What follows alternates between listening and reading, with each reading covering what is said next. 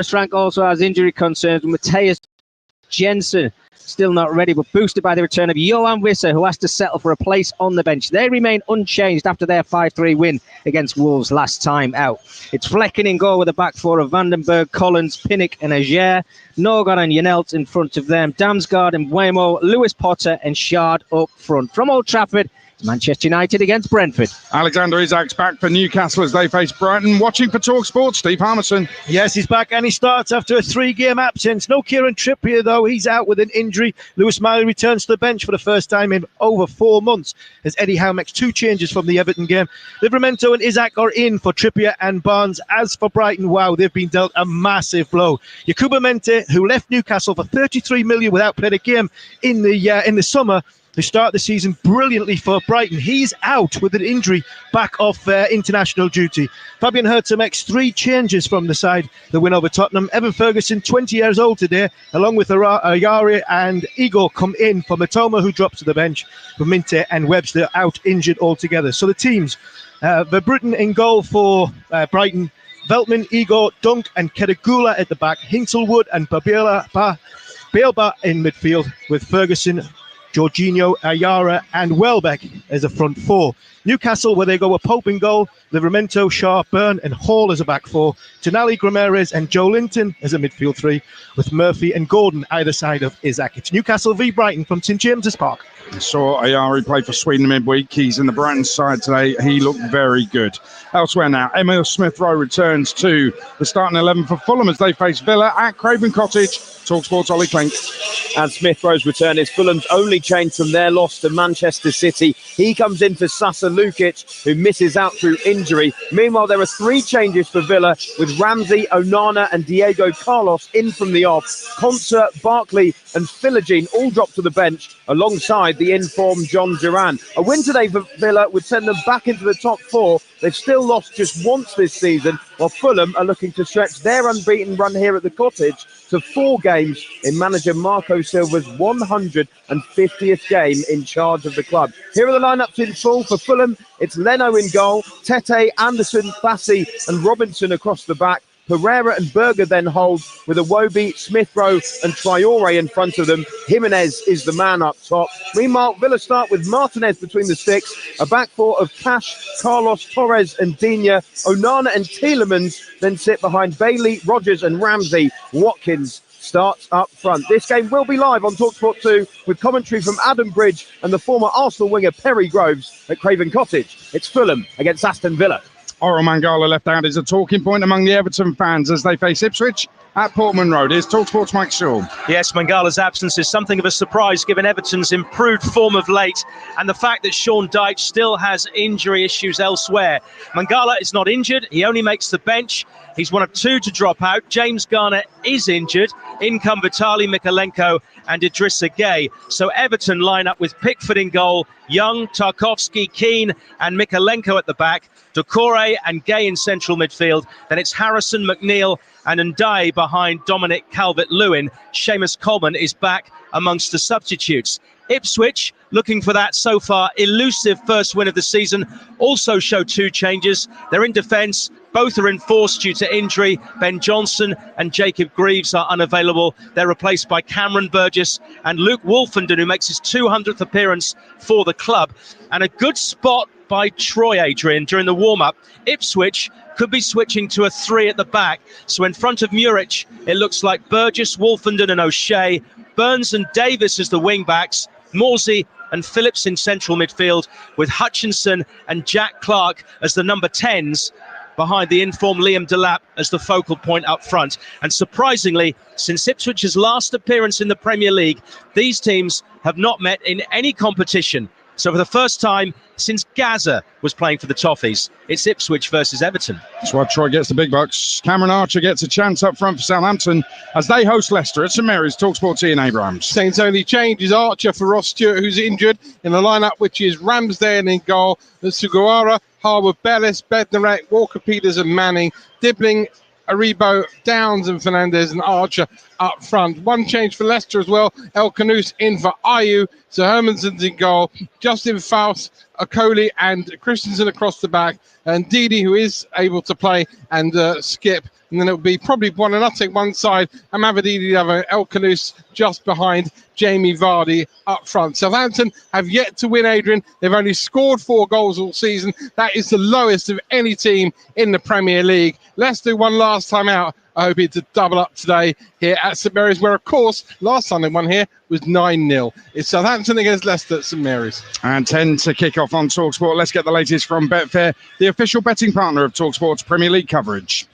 Odds update on TalkSport with Betfair. Get a completely free ACCA or bet builder on football this weekend. Opt-in and previous deposit required. Max free bet varies from £1 to £10 per customer. Minimum odds and T's and C's apply. 18 plus. Gambleaware.org. Joe Dyer from Betfair is with us, and each week, Joe, I place a bet on the Betfair Sportsbook with all the winnings going to the Bobby Moore Fund, raising funds for life-saving bowel cancer research. For our charity bet this week, we're placing a treble on 3 away wins. Villa to win at Fulham, Brentford to win here at Old Trafford against Man United, and Leicester to win away to Southampton. What do you think? Well, that Brentford selection there pushes the price up to something rather juicy. You're getting 32 to 1 on that. So £50 wager at those odds will pay out at £1,680. So we wish you the very best of luck. Indeed. So we'll see you on that. Joe, thank you very much. That odds update, all thanks to Betfair. 18 plus. Be gambleaware.org. Odds update on TalkSport with Betfair. Get a completely free ACCA or bet builder on football this weekend. Opt-in and previous deposit required. Max free bet varies from £1 to £10 per customer. Minimum odds and T's and C's apply. 18 plus. Gambleaware.org. Earlier live on TalkSport, it finished Spurs 4, West Ham 1. Ange Postecoglou is with TalkSport's Declan McCarthy. Thanks, Adrian. Ange, congratulations. Back to winning ways. What did you make of your team's performance today? Yeah, I thought it was good. Really good. I had to do a bit of everything, sort of a bit of an arm wrestle in the first half. Obviously, going goal down wasn't great, but we still had some chances in there we could have capitalised on, but fought our way back into the game, and then second half was outstanding. Sort of the quality of our play, the speed of our play. Scored some good goals. Probably again could have had a couple more, but just generally a really strong sort of second half to round off. And that second half, in terms of since your time here at Spurs, is that as good as you've seen? No, I thought Brighton was as good as we've seen in the first half. So hopefully next time we play is the best I've seen. So we'll just keep doing what we're doing. But like I said, we wasn't just about the football we played. We had to do some other stuff today, work hard, and they're quite a physical team. They're a big side. We had to match them in that, and I thought we did that. Angela, it was a really great game for the neutral, but I just want to ask about the message at half time. And it seemed like the second half, you really just went to another gear. Yeah, it was just about sort of, adjusting a couple of small things. We put Pape on because I felt like we just needed a bit more running power. I knew we'd finish strong, and it was just about staying calm, but matching them in certain areas. And I felt if we matched them in particularly, when they, in that midfield battle, then, we would get our success at the other end, and that's how it transpired. And so obviously bringing James off, as you just confirmed there, was just purely tactical. Yeah, just tactical. Like I said, I just felt we needed a bit of a different approach in the second half. And obviously big result against local rivals. You're hoping that really can propel you now in this next run of games before the next international break in November? Yeah, we just got to keep going. Like I said, we had 6 games the last spell and we had 45 bad minutes. So, we've got another sort of 6-7 games in this spell. If we can maintain that sort of form, we'll be in a good place. Thanks for talking to us, Ange. Back to you, Adrian. Thanks very much. That's Declan McCarthy with Ange Postecoglou after Spurs came from behind to beat West Ham 4-1. Let's go around the grounds in the Championship. Sheffield Wednesday had hit a bit of form before the break. They take on Burnley in front of TalkSport's Alan Biggs. Yes, there's some beware factor in this for Burnley. Unbeaten they may be in 6, clean sheets in the last 3, but Sheffield Wednesday's 3 unbeaten games include a notable victory last time out here over previously miserly West Brom. This game has a slightly similar ring to it. 3 changes for both sides. For Wednesday, Marvin Johnson, Olaf Kabachki and Ike Ugbo come in. Ugbo still looking to open his league account this season. Burnley can go top with a win. They're without injured striker Lyle Foster. Zian Fleming, Josh Laurent and Connor Roberts are the players called up by Scott Parker today. At Hillsborough, Sheffield Wednesday versus Burnley. Stoke's latest manager faces a side he should know all about. Norwich are at the Bet365. So is TalkSport's Jeff Peters. Yes, Stoke improving of late under Narcisse Pelak, who joined from Norwich only last month. They hit Portsmouth for 6 and then had a goalless draw at Swansea. Sam Gallagher, though, is out injured. Millian Manhoof replaces him. Stevens for Bocat is the other change. 10 points from a possible 12 for Norwich, who sit just outside the playoffs. Saints and Sargent with 11 of their 16 league goals. Both scored last time out in a 4-0 win over Hull, where keeper Angus Gunn went off injured. So George Long deputises. Cordoba and Nunez were fitness doubts, but both starred at Stoke Norwich at the Bet365. Let's go back to the Ipswich-Everton game at Portman Road. What's happened there, Mike Sewell? Well, nothing really, Adrian, but I can tell you that the kickoff has been delayed by 15 minutes, which means at 5-3, the Everton players are still out on the pitch warming up. I was thinking 5 or 6 minutes ago, Troy, the players are out quite late, so they got a heads up on this. There's a turnstile issue here at Portman Road. As a player, what does that do for you when you're already in the flow, ready for that 3 o'clock? It's quite annoying, to be totally honest with you. It takes you out of your rhythm, but it's interesting that as we look at it now, Everton are outside, but Ipswich have gone back in. So if I was in the camp of which would I have, I prefer to be out. Everton are out, still moving around. I can see Ashley Young, his old body there, still stretching and getting it moving. Because you want to go in, and once you're in, you're ready to go. There's no excuses. It's all focus on the game and being 100% ready to attack. So it'll be interesting to see whether Ipswich come back out or they take a different approach. Kick-off at 3:15 here at Portman Road. Mike, Troy, thank you very much. Back to the Championship games. Blackburn are protecting the last 100% home record in the Championship. They host Swansea at Ewood for TalkSport. Natalie Pike. Yes, it's Fortress Ewood Park. Blackburn, the only team in the top 2 leagues to still have a perfect home record. Today they face a team, though, with the joint third best defensive record in the division. Swansea have conceded just 6 times in their 9 league games. So Luke Williams sticks with that same defence that's been so solid, but he does make 2 changes in attack. Omji Son is out after suffering a knee injury while on international duty, so in comes Bianchini for his first start of the season, and there's a straight swap up top as Cullen starts with Ipoptic on the bench. For John Eustace, he has shuffled his pack. 3 changes from the team that lost in the last minute to Plymouth.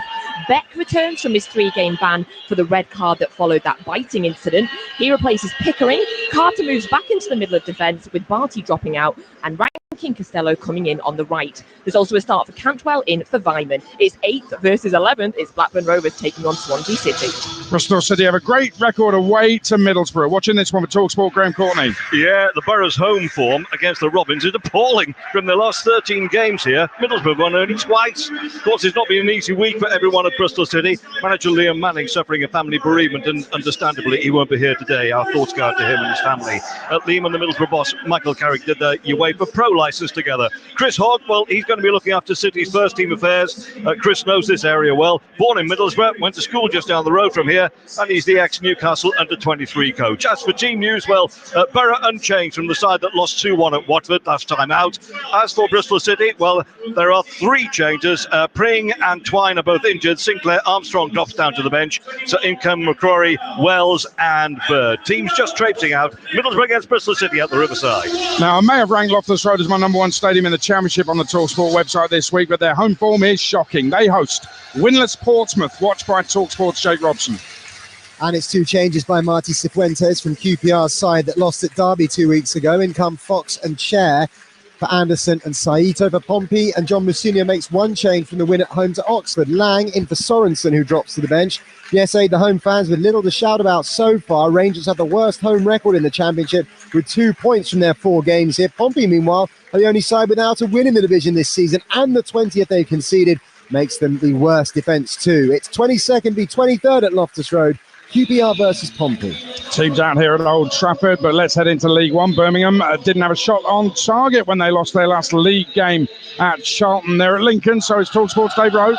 This may also be a tough test for the League One leaders, who are without 2 key players here, Bielik and Stansfield, due to injury and because of Lincoln's form. The Imps unbeaten in 7 and nicely in the top 6. They have Ben House back from concussion. Moylan and Kanamatawafri also start, whilst the Blues bring in Ben Davis and Emil Hansen. Alfie May is up front. The sold-out NRAR Stadium. It's Lincoln against Birmingham. Let's get a quick one from Scott Mintos at Southampton. Leicester, very quickly. Are you confident Southampton might get their first win today? Not really, to be honest with you, Aid. I mean, I think what we've got here is the Leicester side who, off the back of the international break, got a really, really important win for Southampton. The last time they were here, but it didn't happen for them, conceding that last-minute equaliser. This, honestly, I believe is absolutely massive for Southampton. Probably both sides, but more so Southampton. Yeah, absolutely. Scott, thanks very much. So you get on with the game. Remember that game at Portman Road, Ipswich Everton will kick off at 3:15. Delayed kickoff, turnstile problems at Portman Road, which is a great stadium, but quite an old stadium. Earlier, live and exclusive on TalkSport, Spurs hammered West Ham by 4-1. The Hammers took the lead. Mohamed Kudus, he was later sent off. Spurs equalised through Kulusevski. Basuma, an own goal, and Heung-min Son rounded it off. Spurs 4, West Ham United 1. There will be questions of Julian Lopetegui, and of course some of those questions will be asked by you on the phone in later on. 03717 223344 5:30 for O'Hara and Cundy, taking your calls after the games. On TalkSport 2 right now, Fulham against Aston Villa. John McDermott, main man with the FA, is at that game, watching any potential England players. Fulham Aston Villa live on TalkSport 2 right now. Here on TalkSport, we're around the grounds with all the goals as they go in, as Man United get us underway here at Old Trafford against Brentford. Now, Forest have had a great start to the season. Crystal Palace haven't. They meet on game night, Monday night, live and exclusive on TalkSport. The low ball in, looking for Wood, and Chris Wood drives in the equaliser. He has been absolutely red hot. I think we have to be ourselves, no matter home or away. And when I say ourselves, is to compete. Mateta's clear! In 3 of the last 4 seasons in which they have failed to win their first 7 games, they've been relegated. We win over 6 of 7 games because then we win the Premier League. It's not the goal we can have. Draws it in! Fantastic free kick! Eberechi Eze!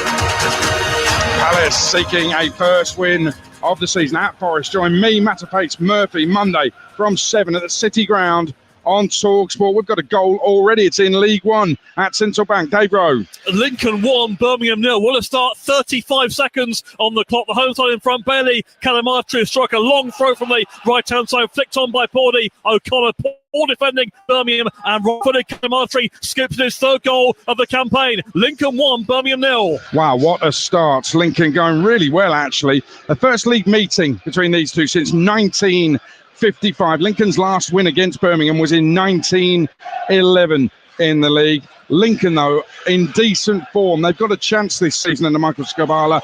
They've lost 3 of their last 29 league games. That is some going as it stands.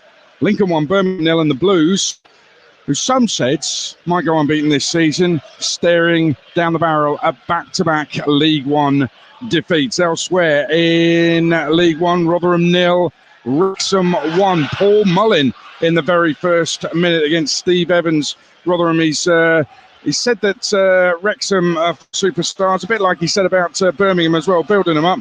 Well, they're proving him right. Wrexham second in the table at the start of the weekend, 1-0 up away to Rotherham in League One. And in League Two, it's Morecambe 0, MK Dons 1. The wing-back, two-footed Joe Tomlinson has got the goal after 2 minutes in League Two. Morecambe won at Barrow last week, ended a club record run of 15 games without a win, but they are trailing at home to MK Dons already. Here at Old Trafford, Brentford love an early goal. They nearly had one there, Mickey Gray. Yeah, they certainly did, Adrian. It's only 3 minutes into the game. It's Manchester United 0, Brentford 0. But as you said, the last 4 games that Brentford have been involved in, they've scored in the first 80 seconds. But it was Manchester United who had the first look at goal. A nice move down the left-hand side with Bruno Fernandes trying to play the ball low into the 6-yard area for Rasmus Højlund. Just needed a poke. He's let out a little bit quicker than what he did. But they've just had an opportunity themselves, Brentford, through Lewis Potter. Lovely little cross into the box. And I have to say, when it came into the area, they had to do better. Shard with the opportunity, could have stretched his leg out. They've just got a long throw coming into the box here now, but comes to nothing. Decent start to the game. Man United 0, Brentford 0. You were in Eric Ten Hag's press conference when he talked about the fairy tales and lies that the press have been making up. What did you make of all that? It's codswallop, Adrian. Every single time I go in the press conference, he actually talked about climbing a mountain. Well, he's been here long enough to climb that mountain. He has to find one first, to be brutally honest with you. But look, I don't know how it's going to change for Manchester United, because I think when they play at home, they look nervy. It's great when you're winning week in, week out, playing in front of 74,000 people. But when you're not, it's a hard place to play, and I think every single player in a red shirt out there now are really struggling. But it's been a bright start to this game. It has. It remains goalless. Man United 0, Brentford 0. Let's head to St James Park on TalkSport. Steve Harmison. It's Newcastle 0, Brighton 0.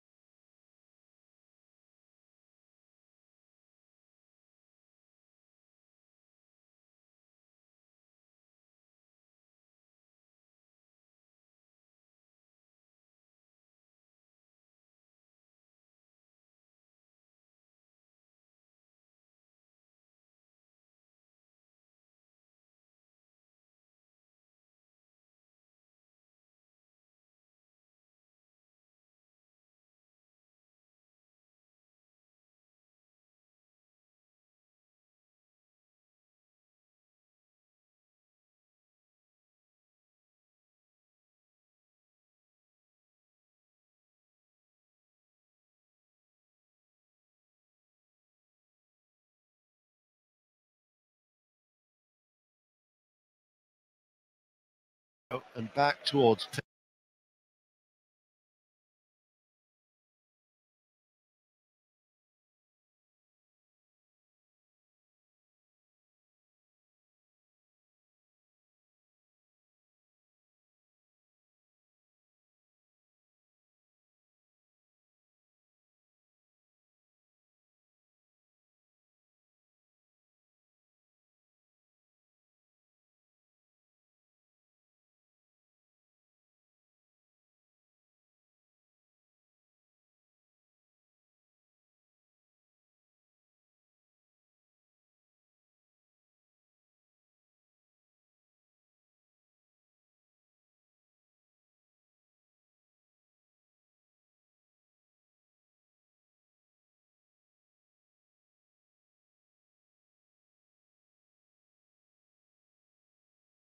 Pinnock and just keep United in their centre half position. Evans and De Ligt don't have great pace. We know that Kevin Schade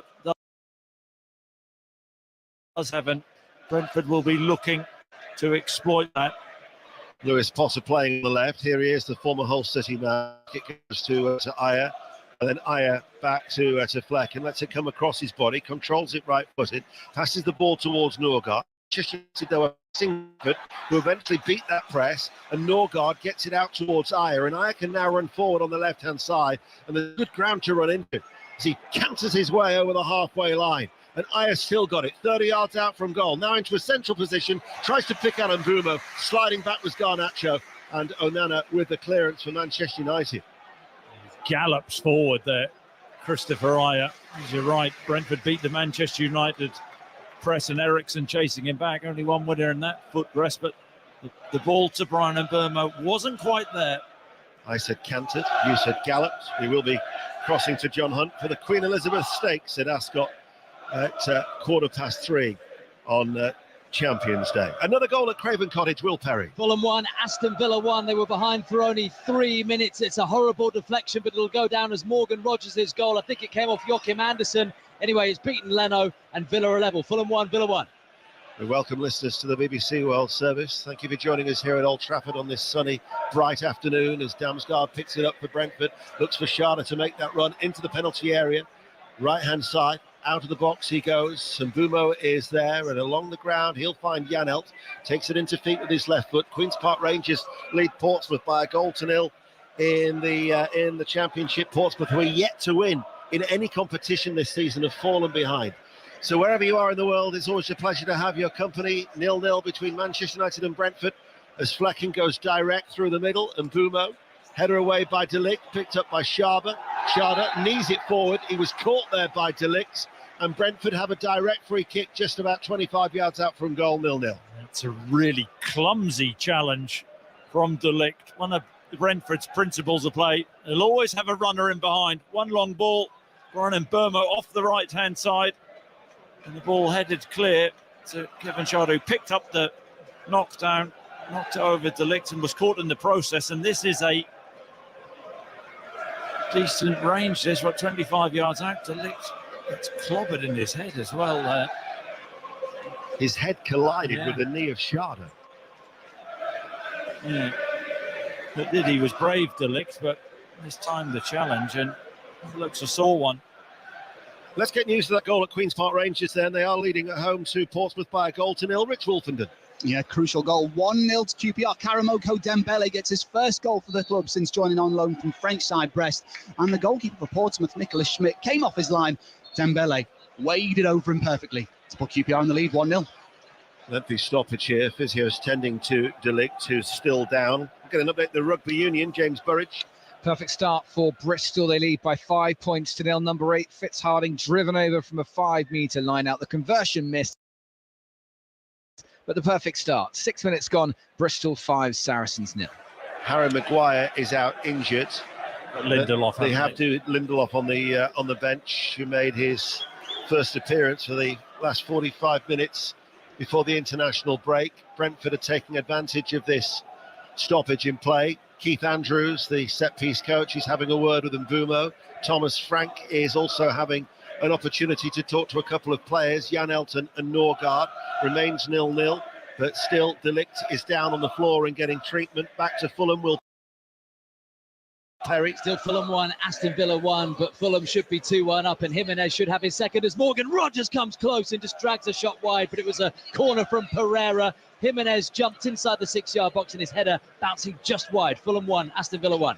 Charlton 0, Stockport County 1 is the latest score in League 1, and at Valley Parade in League 2, Bradford City 0, Gillingham 1 is a latest scoreline. Lindelof going through his paces, and De Ligt is still down.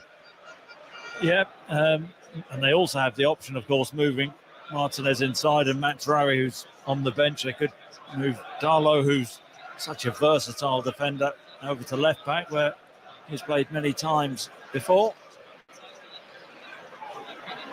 Matt Rowie, who of course has had that minor heart surgery, although he isn't warming up. If you're just going on the solitary player, that is Lindelof, who really is going through the paces away towards our left-hand side. De Ligt is up on his feet.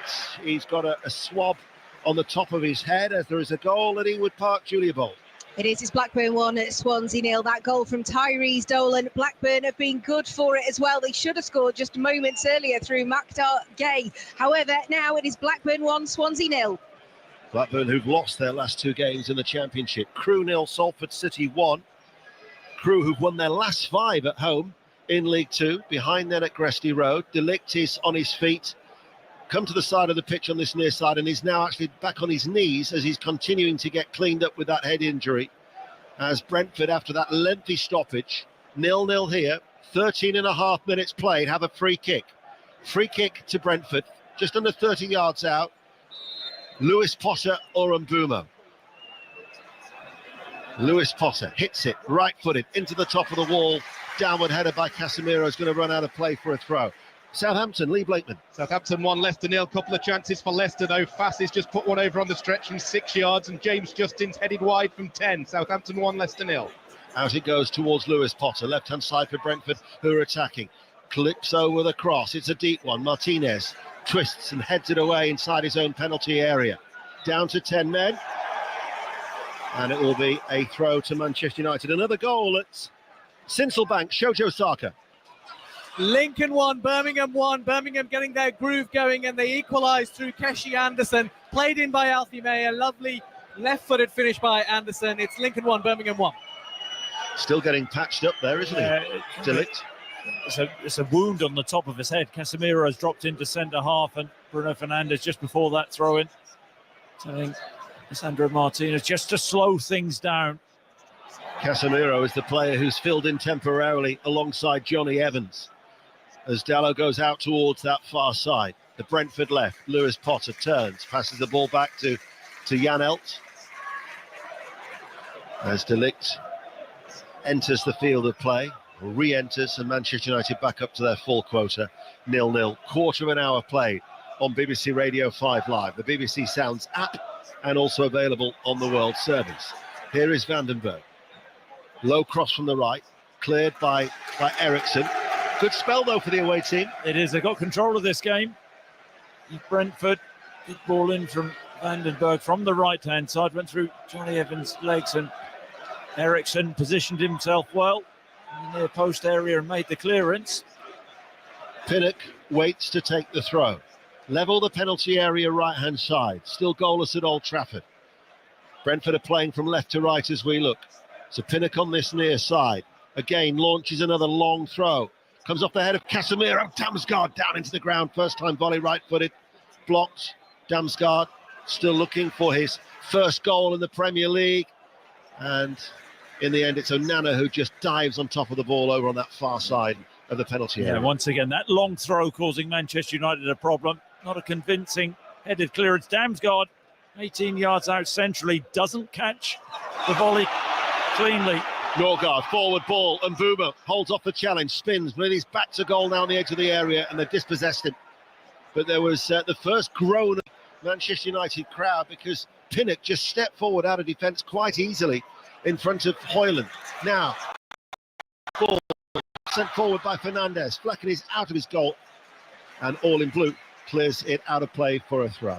So, 16 minutes played, 0-0. We're going to go racing now. It's Ascot, it's Champions Day, and John Hunt. And it's the QE2 stakes here, and we're entering the closing stages. Ian Henry Longfellow with the advantage, with Prague on the outside. The favourite, Sharin. It could be his last run in Britain. Sharin, retirement beckons. He is absolutely cantering. Sharin hits the front. Tamfana is now going out after him. For France as well, Factor Cheval, who was runner-up in this race 12 months ago, is attacking with venom now down the outside of Sharin. And all of a sudden, Sharin's got to go to work. It's the finish of the day. Sharin together with Factor Cheval, separated by a neck, now half a length, as Sharin fights back in the gamest possible style. Sharin goes on, sails off into retirement, and caps been a brilliant career with a QE2 win. Factor Cheval was second, Tamfana third, then Dancing Gemini, and the rest headed by Metropolitan. Prague finished well beaten, so too Poker Face. Sharin then, such a gutsy win. He's been winning all season now, and Ian picks up another big one at Ascot. Brilliant, thank you, John. More racing to come. The next race at Ascot is at around 5-4 at Ascot on Champions Day. 0-0 here at Old Trafford. Hearts lead St Mirren by a goal to nil in the Scottish Premiership as Damsgaard, with a ball that curls away from Lewis Potter. He'll do to retrieve that, and indeed he didn't, as he slides off the playing surface. It was always arcing away from him in the sunshine, and Manchester United unable to take the throw quickly. There's been another goal at Queen's Park Rangers, Rich Wolfenden. Yeah, and it's an equaliser for the away side. 1-1 is the score now. Freddie Potts, the man who's joined on loan from West Ham United, smashing the ball through a crowd of QPR defenders after a wonderful run from Callum Lang. It's 1-1 in the sunshine here at QPR. St Johnstone 1, Ross County 0 is the latest score in the Scottish Premiership. Manchester United attack, Dalot with the cross, turn behind. It was a rather awkward one with his upper body going one way and his In the end, he hooked it to Christopher Ayer, the former Celtic man, right-footed behind into the Stretford end for a corner kick. Yeah, he got one of his long limbs, his right leg stuck out there. And Manchester United have an opportunity from the corner now. Christian Eriksen, former Brentford player. Over going to take it. Can they cause Brentford a problem or two? Well, he places the ball down over on that far side. Has a little look up at the same time, does Eriksen. Now the left arm goes aloft. It's a right footer. It's deep to the edge of the area, over the head of De Ligt, comes out to Garnacho, lets it settle, onto his right foot, cuts inside, takes a bit of a deflection, loops in the air, header away by the Brentford defence. Damsgaard almost runs into trouble. No foul. Brentford were looking for a free kick on the edge of their own penalty area. Rashford now picks it up with menace, enters the penalty area, fires it in low, and turned behind at the near post for a corner. Another corner to Manchester United, 0-0. Yeah, good from Rashford. Direct play on the left-hand side. Cross cut out, but I tell you what, Brian Mbeumo there, had Damsgaard got the desired connection on his clearance, would have been one-on-one behind the United back line. So Manchester United, having a corner just moments ago on that far side, the right, have one on this near side, the left, as they attack the Stretford end by the tunnel area, for those of you who know Old Trafford, as the clouds have all but disappeared. And it goes to the near post, and gathered in by the goalkeeper, and he loses it, scramble inside the penalty area. Rashford heads it back once again, comes out towards Eriksen, fires it into the near post, and Pinnock this time on his heels, heads it away firmly. It's actually Lisandro Martinez with the near post header. Flecken, I don't know what happened there, but it should have been an easy catch for the goalkeeper, who fumbled it. And then somehow Brentford scrambled the ball clear. Really poor goalkeeping. Hoyland actually gets a shoulder onto the ball. Last-ditch defending, and Brentford do just about enough, but poor goalkeeping. Eriksen with the corner kick. Flecken under pressure punches the ball away, and Mbeumo now will try and run the ball clear. In fact, Flecken ever so well, because after dropping it as you said of that challenge, he then managed to scoop it away right-handed. Well, he recovered, but he's got to be catching the first header from Martinez. You could have caught that, Ian. Well, I'm not too sure. I don't think clowns catch the ball very well, do they? Let's get an update from Fulham. Will Perry. Fulham 1, Aston Villa 1. Cracking game. Basketball, football at the Cottage. Tillemans played in Watkins on the left, and Leno was out well with a really big save to deny him as Villa come again with Leon Bailey. Villa pressure at the moment, but it's still Fulham 1, Villa 1. I certainly wouldn't able to have cleared it with my feet. My size 14 shoes.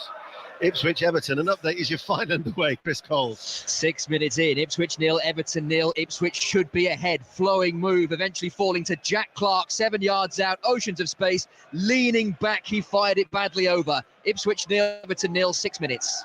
Still goalless here, so they were just underway at 3:15. We're approaching the midway point of the first half.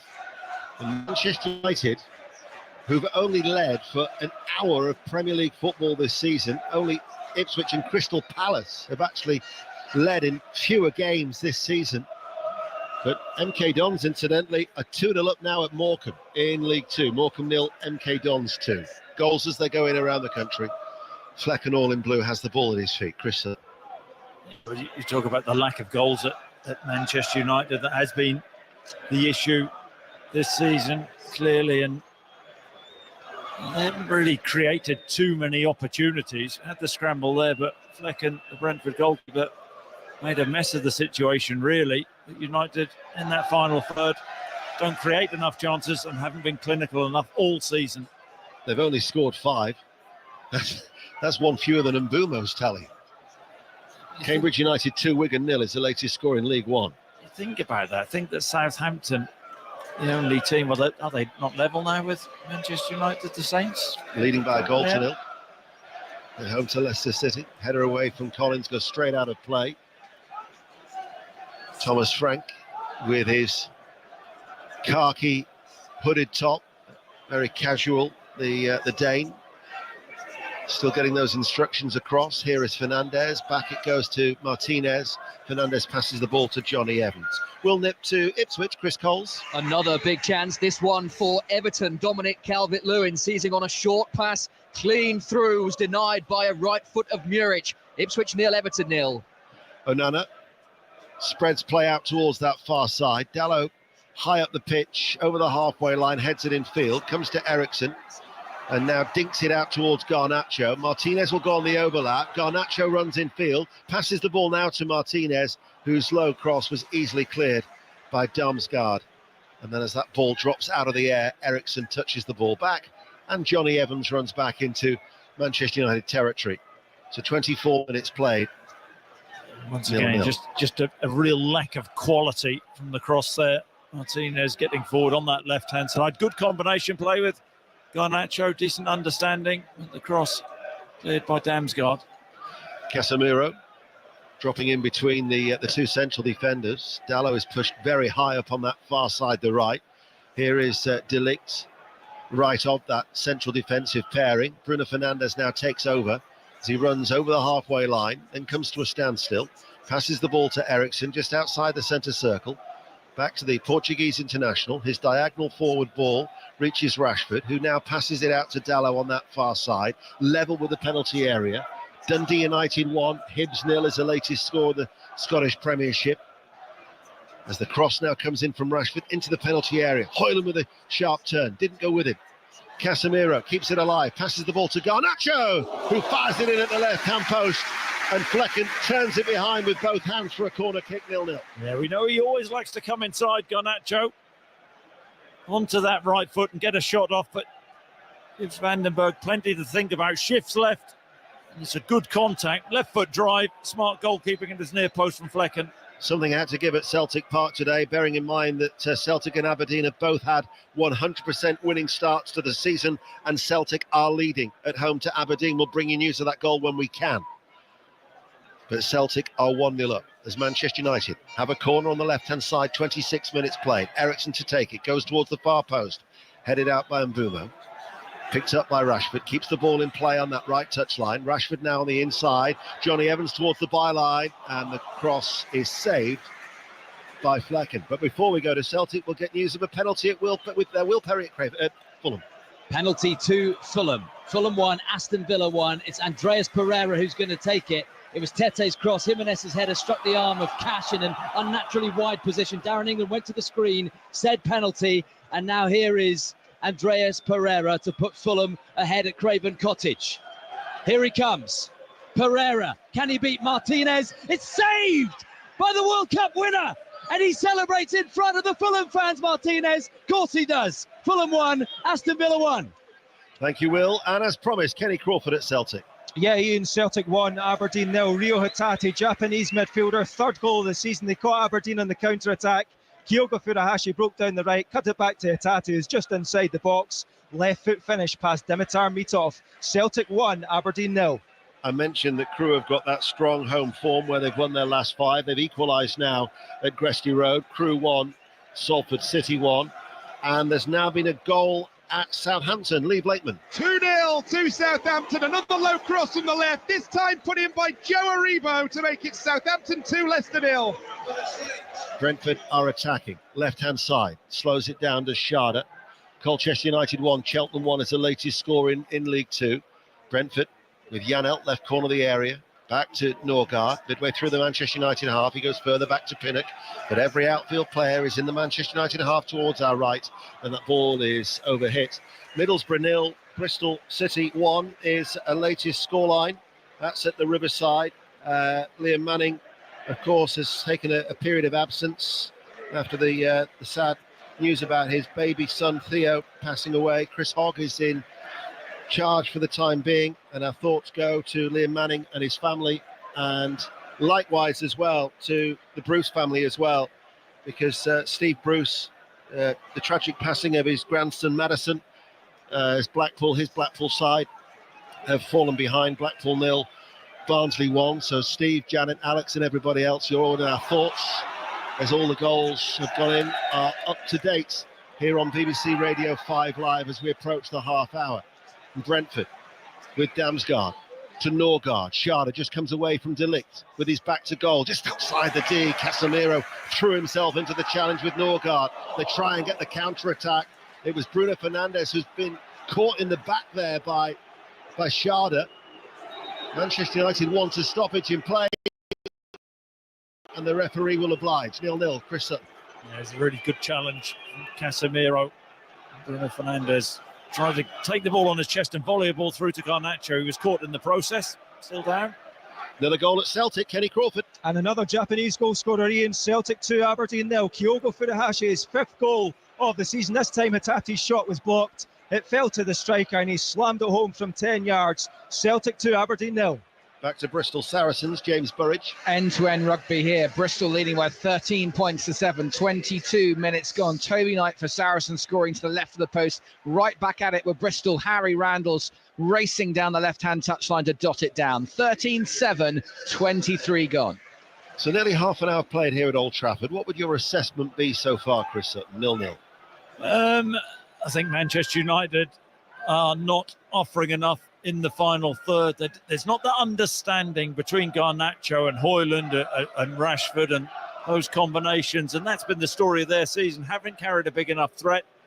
I think Brentford, pretty well balanced team, aren't they?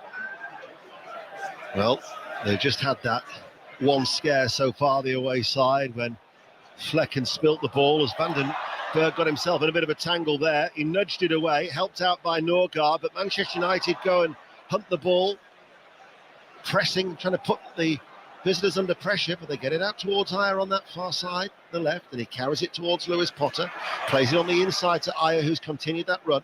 He's midway through the Manchester United half. He's running into a central area of the field now as Damsgaard takes over. And Damsgaard will curl it out towards Mbumo on this near side. 31 minutes played, still 0-0 here on 5 Live. And the World Service. Mbumo to Norgard. Turn from Norgard. Gets the shot away, and Onana with a flying save. Full stretch away towards his right. Turns it behind acrobatically for a corner kick. Yeah, it's a good save. Good strike from Norgard. Clever play from Mbumo. Little reverse pass inside to Norgard, who's 25 yards out. Right-hand side of the box. He's trying to bend it into that far top corner. He's not far off. Crucial save from Manana. Fingertips round the post. Danish international, not necessarily known for his goal-scoring prowess, but that was certainly a fine effort. 14 minutes to go to the break. And Brentford, they were practicing set pieces in the warm-up under the beady eye of Keith Andrews. Let's see what they can conjure up here. With a corner on that far side, the left. Didn't beat the first man. Cleared by Eriksson quite comfortably. I mean, they're land of the giants, aren't they, Brentford?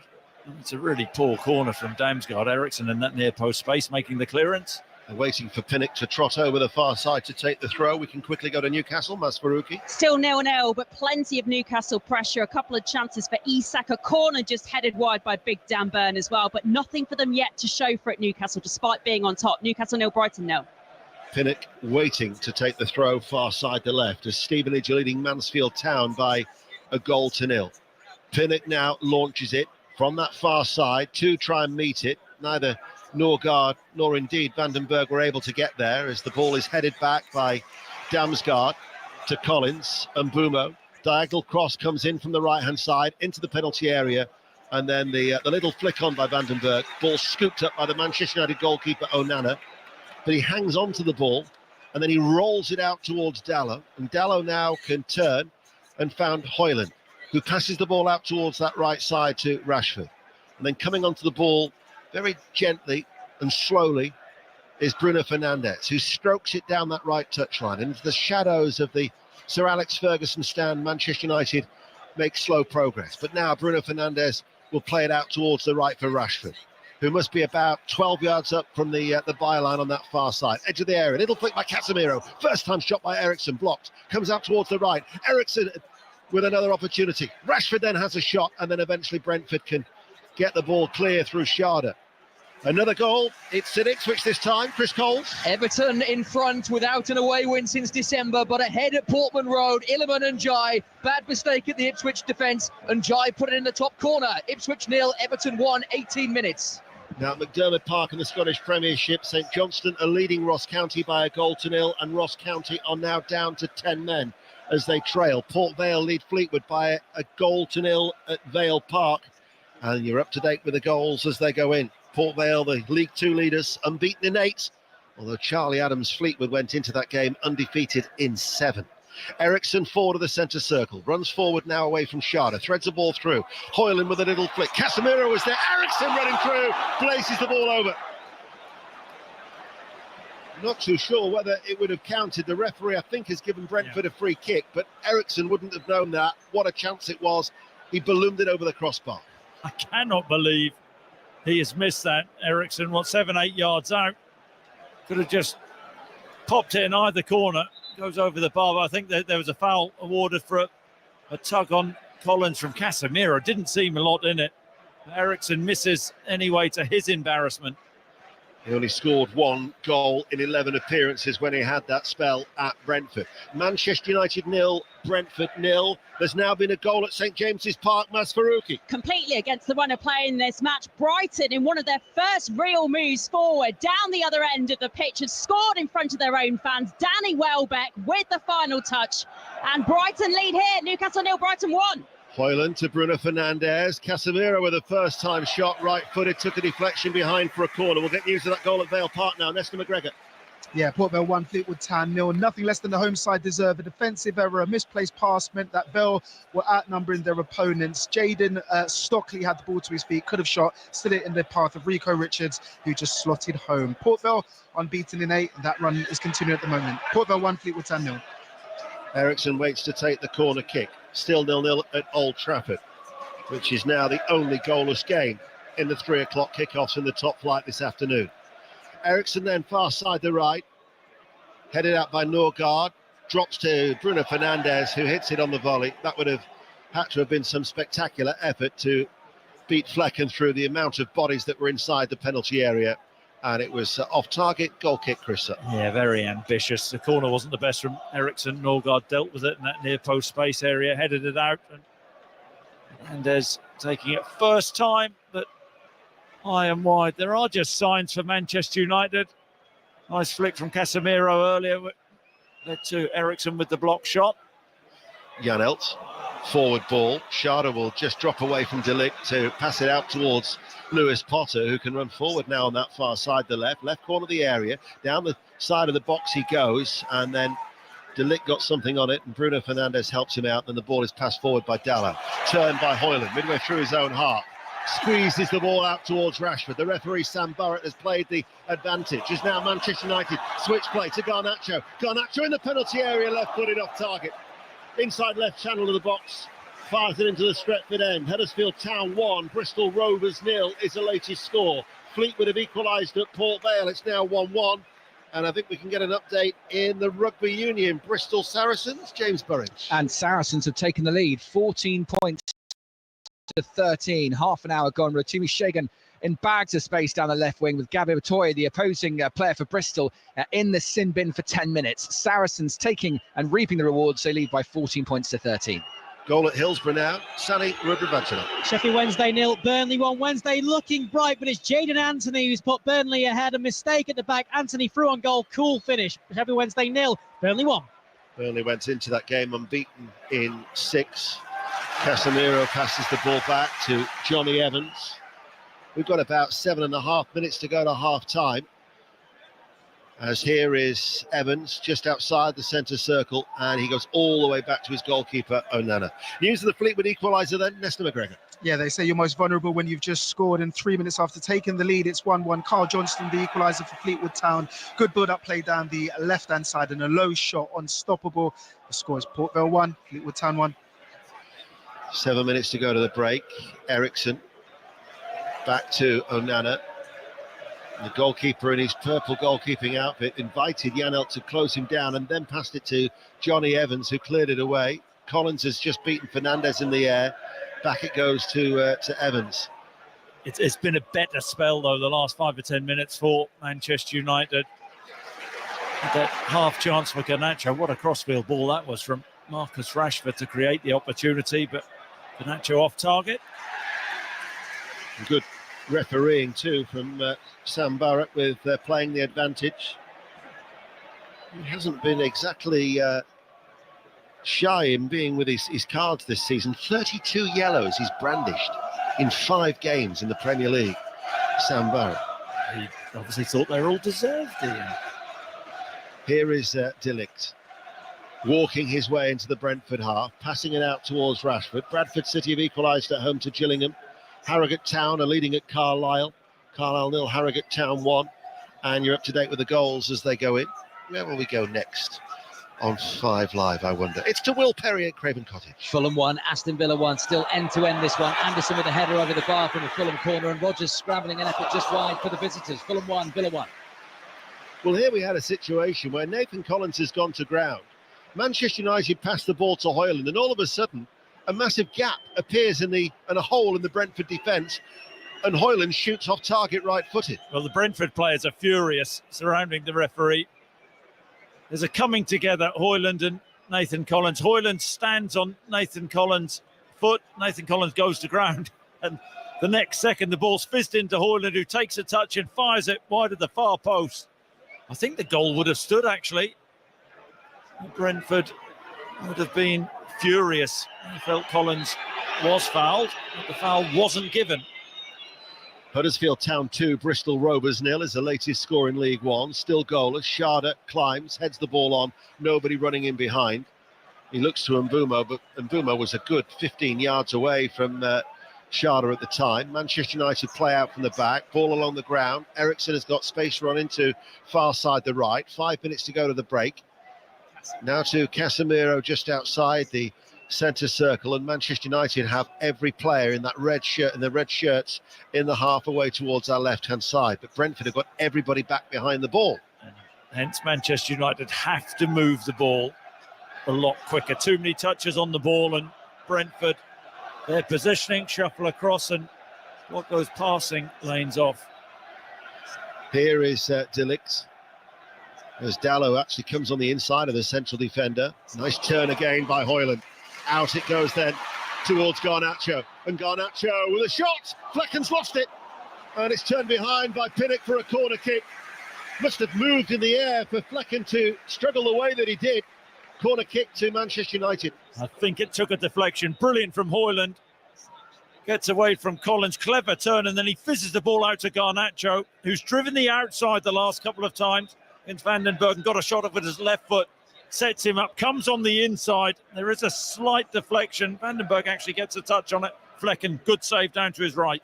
Eriksson with a corner kick. Headed out not once but twice. First by Pinnock on the edge of the area, then by Damsgaard, but retrieved by Fernandes. Evans passes the ball back. You can hear the groans then from the Manchester United faithful as the ball is driven downfield by Fernandes. Right corner of the penalty area. Garnacho comes inside, left-footed shoots. Blocked by Vandenberg. Up in the air it goes. Eriksson tries to head it on. Garnacho will stab the ball back. He might have been caught in the process. Referee, though, lets the game go on. Fernandes looking for a sight of goal and then stumbles and then gives it away to Janelt. And the counter-attack is on here. And Mbumo, if he can play in Sharda, and he looks for Sharda, but Dalot will cut it out. The goalkeeper had come away off his goal line, and Dalot clears the ball away. Motherwell 0, Dundee 1 is the latest score in the Scottish Premiership. And it's livening up here late on in the first half, 0-0, Chris Sutton. Yeah, a couple of challenges on Manchester United players. Casemiro then hacked over by Lewis Potter. Got to say, Dalot did brilliantly in that 1v1 situation with Sharda. Sharda put the burners on, Dalot read it and took control of the situation. After Sports Report with Mark Chapman at 5 o'clock, where you'll get the results and the reaction as much as we can with the live reaction before our next commentary at 5:30. Bournemouth against Arsenal, and then Chris Sutton with Robbie Savage. 0808 5909 and 693 to give your calls to 606 on the conclusion of that game on the South Coast. Talking of which, we'll go to the South Coast now. Lee Blakeman. Southampton 2, Leicester 0. Leicester should have one back, though. El Khanouti just picked up the ball, left side of the area, 16 yards out, tried the curler, and it came back off the inside of the post. Southampton 2, Leicester 0. 2 minutes to go to the break here, and Norgard might have well talked himself into the referee's book here, because he was walking away, and the referee then has just summoned Norgard back towards him, and it looks like a final warning before he lands himself in a bit of bother, but it's a stern talking to. Yeah, I think he's saying to the referee there was no foul on Casemiro. Casemiro taking a tumble there. Eriksson waits to take the free kick. 90 seconds of normal time remaining in this first half. The only goalless game in the 3 o'clocks in the Premier League this afternoon. As Mbumo closes down Onana, passes the ball to Johnny Evans. Casemiro will go back. There will, of course, be lengthy stoppage time due to that head injury to De Ligt. As Carlisle United have equalised at home to Harrogate Town, 1-1, and Morecambe have got a goal back also in League Two. Morecambe 1, MK Dons 2. Move breaks down for Manchester United. Collins is able to step forward out of defence. Now it's with Damsgaard, forward of the centre circle.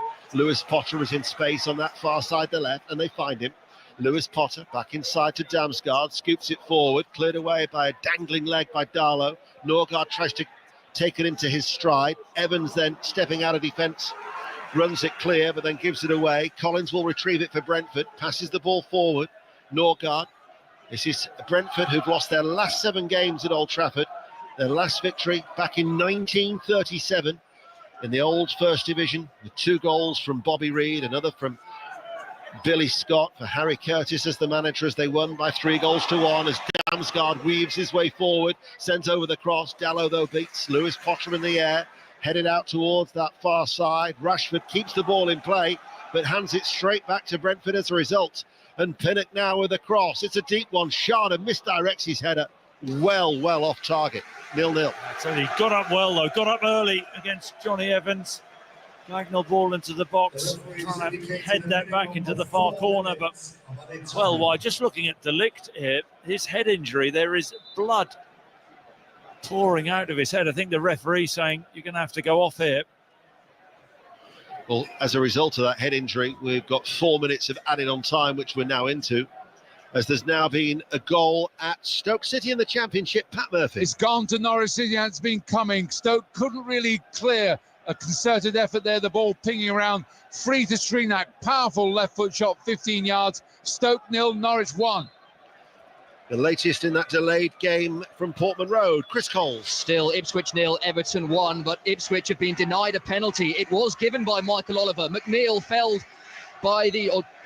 felling the twinkle-toed Clark. It did look soft. Michael Oliver sent to the screen and he overturned his original decision. Still Ipswich 0, Everton 1.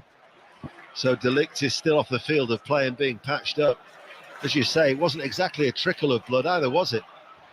That would have been, of course, from that early head injury where he actually caught Kevin Sharda's knee. Gave away a free kick. And Casemiro just dropping into that centre-back position. They've reached half-time at St James's Park. Brighton and Hove Albion are leading at Newcastle by 1-0.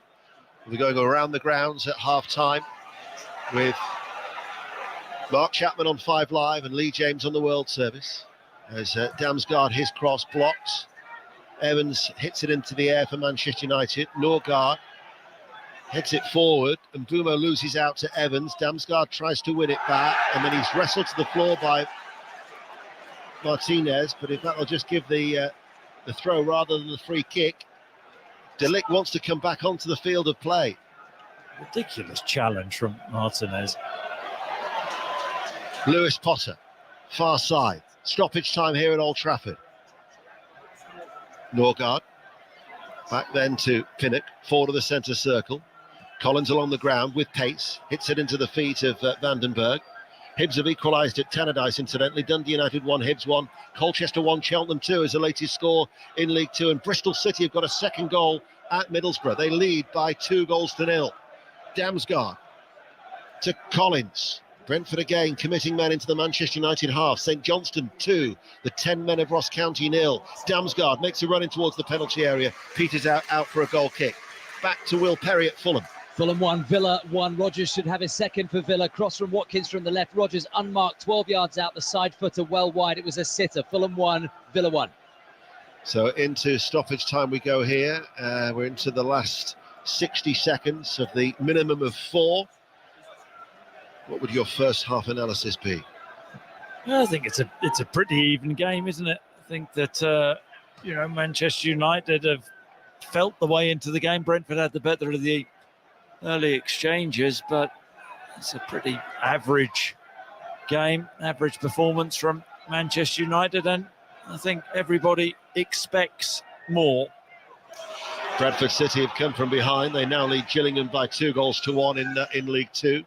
Onana hits the ball midway through his own half, right down the middle, comes off the left leg of Vandenberg. Pinnock then sweeps it away, long and out to safety for a throw. But this first half is just meandering now, with neither side posing much of a threat in the 4 minutes of added on time. As Manchester United give the ball away, Schade now tries to run against De Ligt, pushes the ball past him and latches onto it. De Ligt has to recover. Schade away on that left-hand side. De Ligt gets the block in, and Brentford, in the last dying embers of this first half, get a corner kick far side to left. What acceleration from Schade, left-hand channel. De Ligt standing off him 3 yards. He just pushes it past him, and De Ligt, to his credit, got back, made a challenge. But can Brentford cause Manchester United a problem or two from a set piece? Well, again, he's been told to leave the field of play because the blood is so evident on his head. And so for this set piece, De Ligt has been told by referee Sam Burrett, you're going to have to go off the field of play to get patched up yet again. This will be the last bit of action. Well, this puts Manchester United at a huge disadvantage. It's all about the ball from Damsgaard. His last corner wasn't great. Can Brentford, from a set piece, make this count? Damsgaard far side to left. Yes, they can, because Pinnock with the header latches onto it. Manchester United down to 10 with De Ligt off the field of play, and Brentford took full advantage. And Pinnock with the opening goal. They lead Manchester United by a goal to nil. Manchester United are livid. Yeah, Ruud van Nistelrooy and Erik ten Hag having a word with the fourth official. Manchester United can moan as much as they like. I think it's a head injury. There's blood pouring out of his head. It's right to go off. Take nothing away from the goal. It was a brilliant header from Pinnock. The ball whizzed in, right-footed. Pinnock gets up on the 6-yard line and powers the header in. I think Casemiro should do better. Doesn't read the flight of the ball very well at all. Gets caught under it, but Pinnock gets a free run, runs off Dalot, and the header, bang, powered in. Superb header. Manchester United only have themselves to blame. Weak defending from Dalot and Casemiro, and here comes a card for Erik ten Hag. Erik ten Hag has just been booked. He was protesting furiously to the fourth official, Gavin Ward, and in fact, Ruud van Nistelrooy is also shown a yellow card. Such has been the anger of the Manchester United bench with that decision. De Ligt is back on the field of play, but the blood was evident. Yeah, I mean... And there's a protocol in place, surely. Yeah, absolutely. The blood was pouring out of De Ligt's head. Everybody knows that the player has to come off. The referee quite right. Erik ten Hag should be angrier with Darlow and Casemiro about the way they defended that corner. Well, Manchester United, who haven't lost 3 successive home league games since the days of Dave Sexton back in February 1979, find themselves in familiar territory. In the corresponding fixture last season, they were trailing by a goal to nil against Brentford until McTominay popped up with those 2 goals in stoppage time in the 93rd and 97th minute. And now Manchester United, with a bee in their bonnet against Brentford, are attacking that Bees back line, but instead the referee will blow the whistle. There are boos from the home crowd. More about that controversial moment. But Brentford will be delighted. They lead by a goal to nil. Chris Sutton. Yep, and of course that'll be where the controversy will be about Brentford, the nature of the goal, the brilliant header which it was, but Manchester United unhappy that they were disadvantaged. They felt De Ligt was on the leave field because of blood pouring out of his head. They didn't defend it well enough. Dalot and Casemiro, I think, switched off, and ten Hag, he's got work to do. His team have work to do. They haven't combined well enough in the final third. We heard boos ring around the ground. Huge second half, Erik ten Hag and Manchester United. It certainly is. Stoke 1, Norwich 1 is the latest score in the Championship, but half-time here at Old Trafford, Manchester United 0, Brentford 1. Details of the Stoke goal from Pat Murphy. Magnificent goal from Milan Manhoff. He loves to cut in from the right with his left foot. Norwich knew all about that. but there he was, he did it, and beautifully. Stoke 1, Norwich 1. So in the Premier League, home side are behind at Old Trafford, the home side are behind at St James's Park as well. Naz Faruqi. Yeah, and the Newcastle fans will feel sick to their stomachs if this scoreline stays as it is. They had so many chances at 0-0 Newcastle, 3 good ones for Alexander Isak alone, but given how little football he's played recently, perhaps unsurprising that he looks a little rusty. Dan Burn headed a corner just wide as well, but then in one of maybe 3 opportunities or half they had going forward, Brighton made it count. Danny Welbeck, full of confidence and taking the shot on very well to leave St James's Park very frustrated here at half-time. Newcastle 0, Brighton 1. Would imagine they're frustrated at the Cottage as well. Will Perry. Yeah, Fulham 1, Aston Villa 1. Electric start. Fulham ahead after Jimenez latched on to the end of Leno's long punt. Out-muscled Pau Torres and finished low off the inside of the post. Less than 4 minutes later, Rodgers levelled for Villa. A horrible Bassi deflection. Nothing that Leno could do. And then a wondering cash arm in the box. Pereira wasted the chance to give Fulham the lead with an awful penalty saved by Martinez. Superb game, though. Fulham 1, Aston Villa 1. But the best half-time cuppa that the Southampton fans will have had in a long time, I would have thought. Lee Blakeman. Absolutely. Southampton 2, Leicester 0. Russell Martin's team have been absolutely excellent. 1 up after 8 minutes. Archer on the end of a low manning cross. They were 2 up 20 minutes later. Walker Peters with a low ball in this time. Joe Aribo got on the end of that one. Aribo earlier headed against the bar. Leicester hit the post through El Canouse at the end of the half. But that's the best they've managed. Southampton 2, Leicester 0. 3:15 kick-off at Portman Road this afternoon, so they're still playing. Chris Coles. 5 minutes until half-time. Ipswich 0, Everton 1. The goal from Illiman and Jai. Costly mistake from Wes Burns. His miss kick and Jai rattling into the top corner. Ipswich have had a penalty overturned by VAR. McNeil on Clark. Referee Michael Oliver advised to have a second look on the screen. He did and reversed his original penalty decision. The Premier League Match Centre clarifying the decision was overturned because Clark kicked the back of McNeil's leg. Ipswich 0, Everton 1. Earlier in the Premier League, Tottenham 4, West Ham 1, and West Ham had taken the lead at the Tottenham Hotspur Stadium. We'll do all the other half-times in the EFL and in the Scottish Premiership, where, remember, the top 2 meet today, and Celtic lead Aberdeen 2-0 at half-time. Details of all of that to come after the big race at Ascot. John Hunt. The Champion Stakes reaches the final 5 furlongs. The field taken along by the former St Ledger winner, Continuous. The Arc third. Next, Los Angeles, poised in second place. Tracking them is Royal Rhyme, one of the outsiders. Another big prize runner, King's Gambit, and Anmat behind those. Then the big guns together. Economics alongside Calandigan. Calandigan right up the inside running rail. Economics out wider. They're being tracked by See the Fire. Turning into the straight now. Persica comes next. Nashwa's right at the back of the field. So is Iracine. Economics is one of the first ones under pressure.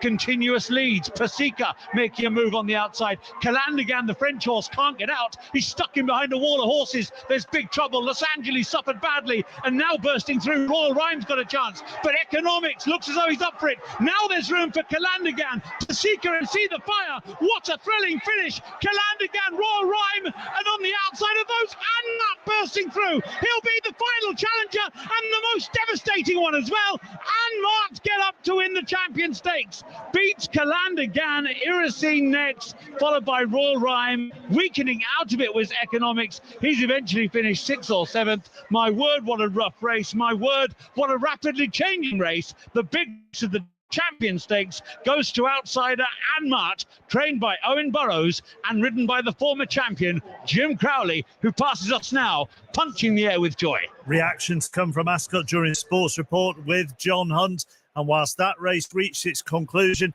Everton increased their lead. Chris. Quite spectacularly so. Michael Keane firing into the roof of the net from 6 yards out. An unlikely goal scorer, but a fine finish. Everton lead by 2-0. They haven't won away from home in 15 matches. They're on course to end that barren run this afternoon. Ipswich 0, Everton 2. 4 early games in the Championship today. Cardiff 5, 10-man Plymouth 0. Luton 3, Watford 0. Late equaliser for Oxford at home to West Brom. It ended 1-1. And Preston beat Coventry by a 0-0. Mark Robins' side have lost 5 of their last 6 in all competitions. To the 3 o'clock games, Burnley could go top this afternoon, and they lead at the break. Sani. Sheffield Wednesday 0, Burnley 1. Wednesday starting 11 places behind Burnley, but the brighter throughout. For all their efforts, though, it was at the back where they've come unstuck. Defender Jan Valery gifting the ball to Jayden Anthony, the Bournemouth loanee, finishing coolly for his first of the season. Burnley have dominated possession and can control things now. And as you said, if they do, they'll go top. Sheffield Wednesday 0, Burnley 1. Stoke 1, Norwich 1. Pat Murphy. Norwich a better side. 2 superb saves in 3 minutes from Johansson in the Stoke goal. Then just before half-time, the Croatian Strinak lashed in Norwich's goal before Manhurst equalised for Stoke. A sublime dink with his left foot. Stoke 1, Norwich 1. Blackburn decent at home, Swansea not great away. So, Julia Bold? Yeah, it's Blackburn 1, Swansea 0. There was a row, though, over who actually scored it. Tyrese Dolan was credited with it here in the stadium by everyone, including the announcer. Maktar Gay insisted it was his, though. It gives you an idea of what the scramble was like in the box. It came from a corner. Dolan shot down into the net. It may have flicked off Gay on the way in. John Eustace doesn't care. The 100% record still intact at home. Swansea keeping possession well. They just can't do a lot with it. It's Blackburn 1, Swansea 0. All square between the bottom 2 at the break. Rich Wolfenden. QPR 1, Portsmouth 1. The home side took the lead early doors thanks to an audacious chip from Karamoko Dembele as his weighted effort looped over Nicholas Schmidt, who cheaply gave it away in the first place. But Portsmouth, they equalised not too long after. West Ham loanee Freddie Potts grabbing his first goal for Pompey after a wonderful run from the returning Callum Lang. In this battle at the bottom, the score at half-time is QPR 1, Portsmouth 1. Elsewhere in the Championship, Middlesbrough 0, Bristol City 2. Anis Mehmeti and Yu Hirakawa with the goals for Bristol City this afternoon. Goalless between Millwall and Derby in the other game in the Championship. In League One earlier, Reading beat Crawley by 4-1. Wickham 3. Peterborough 1, a Richard Kone hat-trick in 9 minutes in the second half, giving Wickham the win. He's got 8 for the season. Peterborough down to 10 in the second half as well. In the 3 o'clock games, Blackpool 0, Barnsley, who haven't won in their last 4, 1. Davis Keeler done with that goal for Darrell Clark's side. Goalless between Bolton and Burton. Cambridge have had probably their best first half of the season. They're yet to win in any competition this season, but they lead Wigan by 2-0 at the big. At the Valley, Charlton 0, Stockport 1. Louis Barry again with the goal, 7 for the season for him. He's on loan from Aston Villa. That one came from the penalty spot. Huddersfield lead Bristol Rovers by 2-0. Lincoln in 4th, Birmingham the leaders, and that's 1-1 at the break. Mansfield, who've won their last 5 in the league, trail at half-time. They're a goal down at home to Stevenage. It's Northampton 0, Leyton Orient 0, and an early Paul Mullin gives Wrexham a 1-0 lead at Rotherham at the break. In League 2, full-time, the early game, Accrington beat Barrow by 1-0. We're with the leaders, Port Vale at home to Fleetwood. Nesta? At the break, it's Port Vale 1, Fleetwood at Town 1. This game is why we love football. The home side hit the post and the bar before taking the lead through Rico Richards on load from Aston Villa. This place was buzzing, but 3 minutes later, Fleetwood Town were level. Carl Johnston from close range. And since then, it's been the away side, bopping it about like prime-time Barcelona. Port Vale 1, Fleetwood Town 1. Really? I promise you, absolutely a game of... I don't want to use the cliche game of 2 halves. No, I don't. But prime-time Barcelona? Yeah, but I didn't state it was the real Barcelona. It's just the team who supports Barcelona, so names themselves after that team. Nesta, thank you. Right, Bradford 2, Gillingham 1. Gillingham took the lead. Jayden Clark's 4th of the season.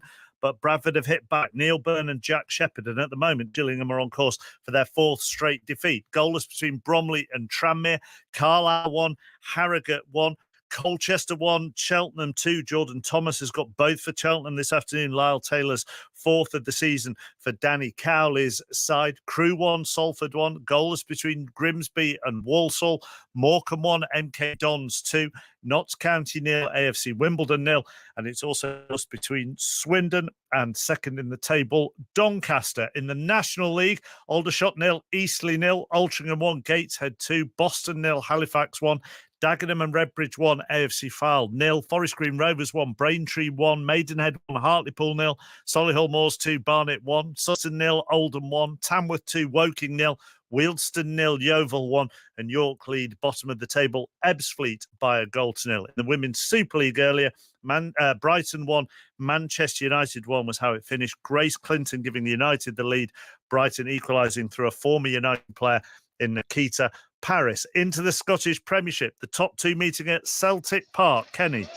Half-time Celtic 2, Aberdeen 0. The defending champions stamping their authority on a match against the closest challengers as things stand. 2 quick-fire goals midway through the first half, both scored by Japan internationals. Ryo Hatate swept in his third of the season from just inside the box in 24 minutes before Kyogo Furuhashi reacted quickest to a loose ball to score his fifth of the campaign 3 minutes later. Aberdeen's 13-game winning run on course to stop here. Half-time Celtic 2, Aberdeen 0. Dundee United 1, Hibs 1, Hearts 1, St Mirren 0, Motherwell 0, Dundee 1 and St Johnstone 2, 10-man Ross County 0. In the Scottish Championship, Ayr 1, Livingston 2, Dunfermline 0, Morton 0, Partick lead Airdrieonians 0-0, and it's Wraith 1, Queen's Park 0. In League 1, Arbroath 1, Dumbarton 1, Cove Rangers 1, Queen of the South 0, Inverness 1, Annan 0, and Kelty Hearts 0, Montrose 0. In League 2, Bonnyrigg Rose 0, Edinburgh City 0. Disappointingly, it's Forfar 0, East Fife 0. Spartans 1, Elgin 1, Stirling 1, Clyde 1, and Stranraer 0, Peterhead 0. Into the Gallagher Premiership, Bristol Saracens, the only game going on at the moment. This is the top two, and it is tight, James Burridge. This game is absolutely bonkers, Mark. It was 2017 to Bristol at half-time. Fitzharding has just got a hat-trick. But he just started the second half. End-to-end rugby. Bristol are playing at a phenomenal pace. They edged it 3 tries to 2 in the first half.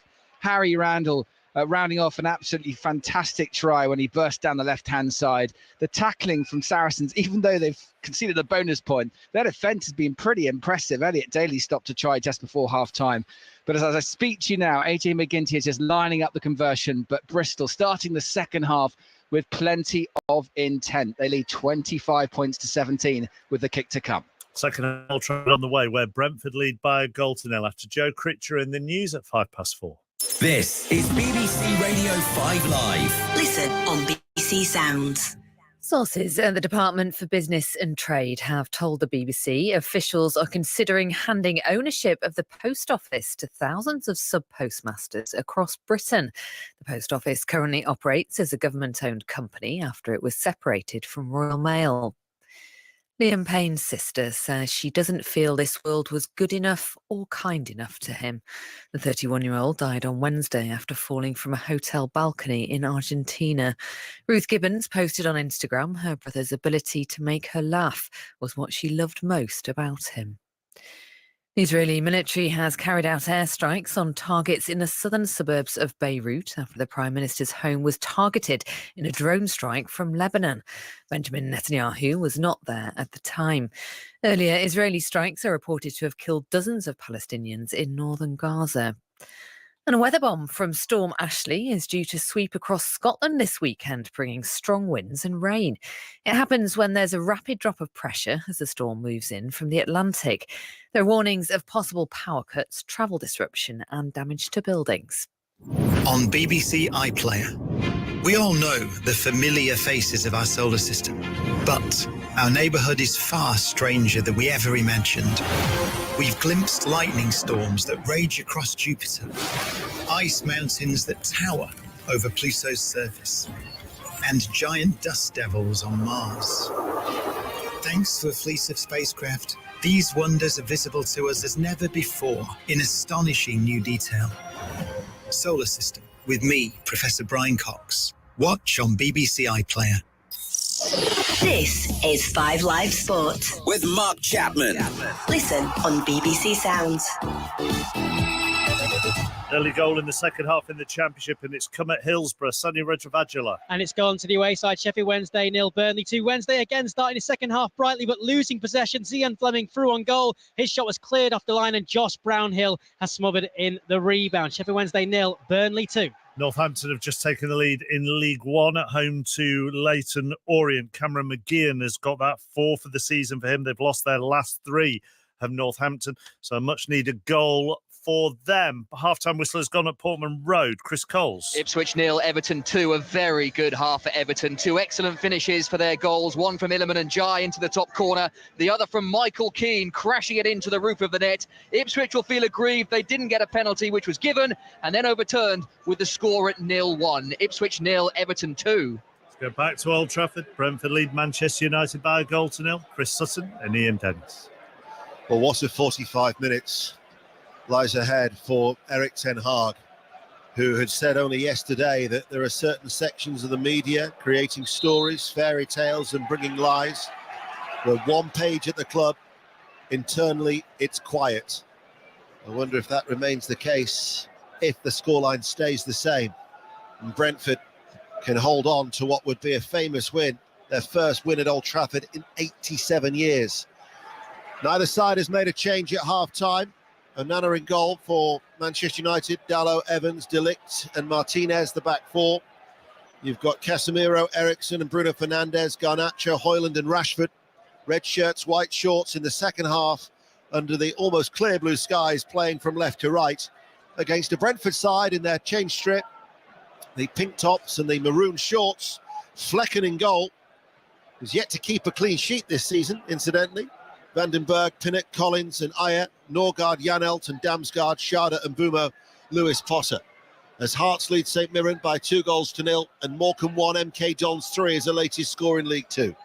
So you're up to date. The usual Saturday goal service will take you here, there, but we'll also focus at our base at Old Trafford, where Manchester United got to come from behind, and Højlund, nice little interchange. Højlund into the penalty area. Pinnock, the goal scorer, though, goes to ground, and then, whilst he's lying on the floor, is able to clear the ball away and hook it to safety. Højlund went back the way into Pinnock. Should have got his shot off. Rashford now with the cross. Garnacho! Brilliant finish by Garnacho. What a start to the second half for Manchester United.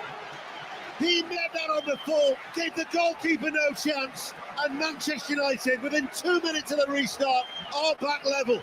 Manchester United 1, Brentford 1. Winger to winger, wonderful ball from Marcus Rashford. Fed in to the far post, and Garnacho meets it on the volley, crashes the ball past Flecken into the far top corner. It's a wonderful finish. Rashford time and space to get his head up. There's a yard onside. Garnacho has to concentrate on the connection, and it's a cushion volley, powered into the far top corner. Angle against him. Wonderful finish, wonderful connection. United responding in the right way. You say the angle is against him. That makes the technique and the execution superb, because that diagonal cross, he's the left-hand side of the penalty area, but he hits it with his right foot as he's in on goal again here, Garnacho. Lifts it into the penalty area.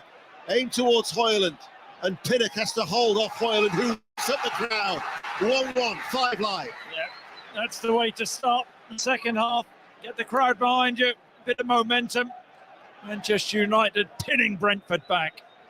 Celtic 2, Aberdeen 1. So Aberdeen have a goal back at Parkhead, as Manchester United with that early equaliser here in the second half. In fact, a number of the Brentford delegation still making their way into the right side of the director's box, which we're sat next to, would have missed that Manchester United equaliser.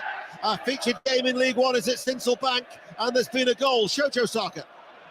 The leaders, Birmingham, have hit the front. Lincoln 1, Birmingham 2. Willemsen with a shot from the edge of the box, a lovely spin and a left-footed shot into the corner. Lincoln 1, Birmingham 2. Manchester United buoyed by that equaliser, attacking with Garnacho. He links with Bruno Fernandes and then overhits it, and Flecken, who's now sporting a cap, is able to get the ball away. Huddersfield Town 3, Bristol Rovers 0 is the latest score from West Yorkshire in League One. You can hear in Old Trafford now in full voice as Casemiro, poor first touch, allows Norgard to win the 50-50, and Bumo towards Schade. There's a man free if they could get it to Lewis Potter on this near side, but instead it'll be Johnny Evans just to calm things down at the back. And let's get news of that Aberdeen goal from Kenny Crawford. 51 minutes gone, Celtic 2, Aberdeen 1, and it's Ester Soklo, the Slovenian forward, got on as a substitute at half-time, ran on to Jamie McGrath's through ball and coolly slotted it past Kasper Schmeichel into the bottom left-hand corner. Celtic 2, Aberdeen 1. 1-1. That should, here at Old Trafford, steady any chance of the apprehension from that half-time scoreline growing and increasing. Yeah, I think that early goal, absolutely crucial for Manchester United. You can hear the fans getting up and behind the team. They've started sharply. You just wonder, where was this intensity at times in the first half? Why not start a game like this? Norgard just with a foul on Højlund. He must be close to getting a yellow card. Indeed, the referee's just had a word with him as he walks past the Danish midfielder. Evans at the heart of the Manchester United defence. Martinez playing at left back. Back to the Ulsterman. Evans now in his second spell at the club. De Ligt forward ball. Dalot lays it off. Rashford digs it out. Manchester United passing the ball a little bit quicker, it would seem, in this second period too. But then they go all the way back to Onana, who chips it out towards Dalot, directs his header infield. Højlund will hold off the challenge of Pinnock as the ball is swept out towards that far side, the left. And now playing on the front foot, Manchester United with Garnacho.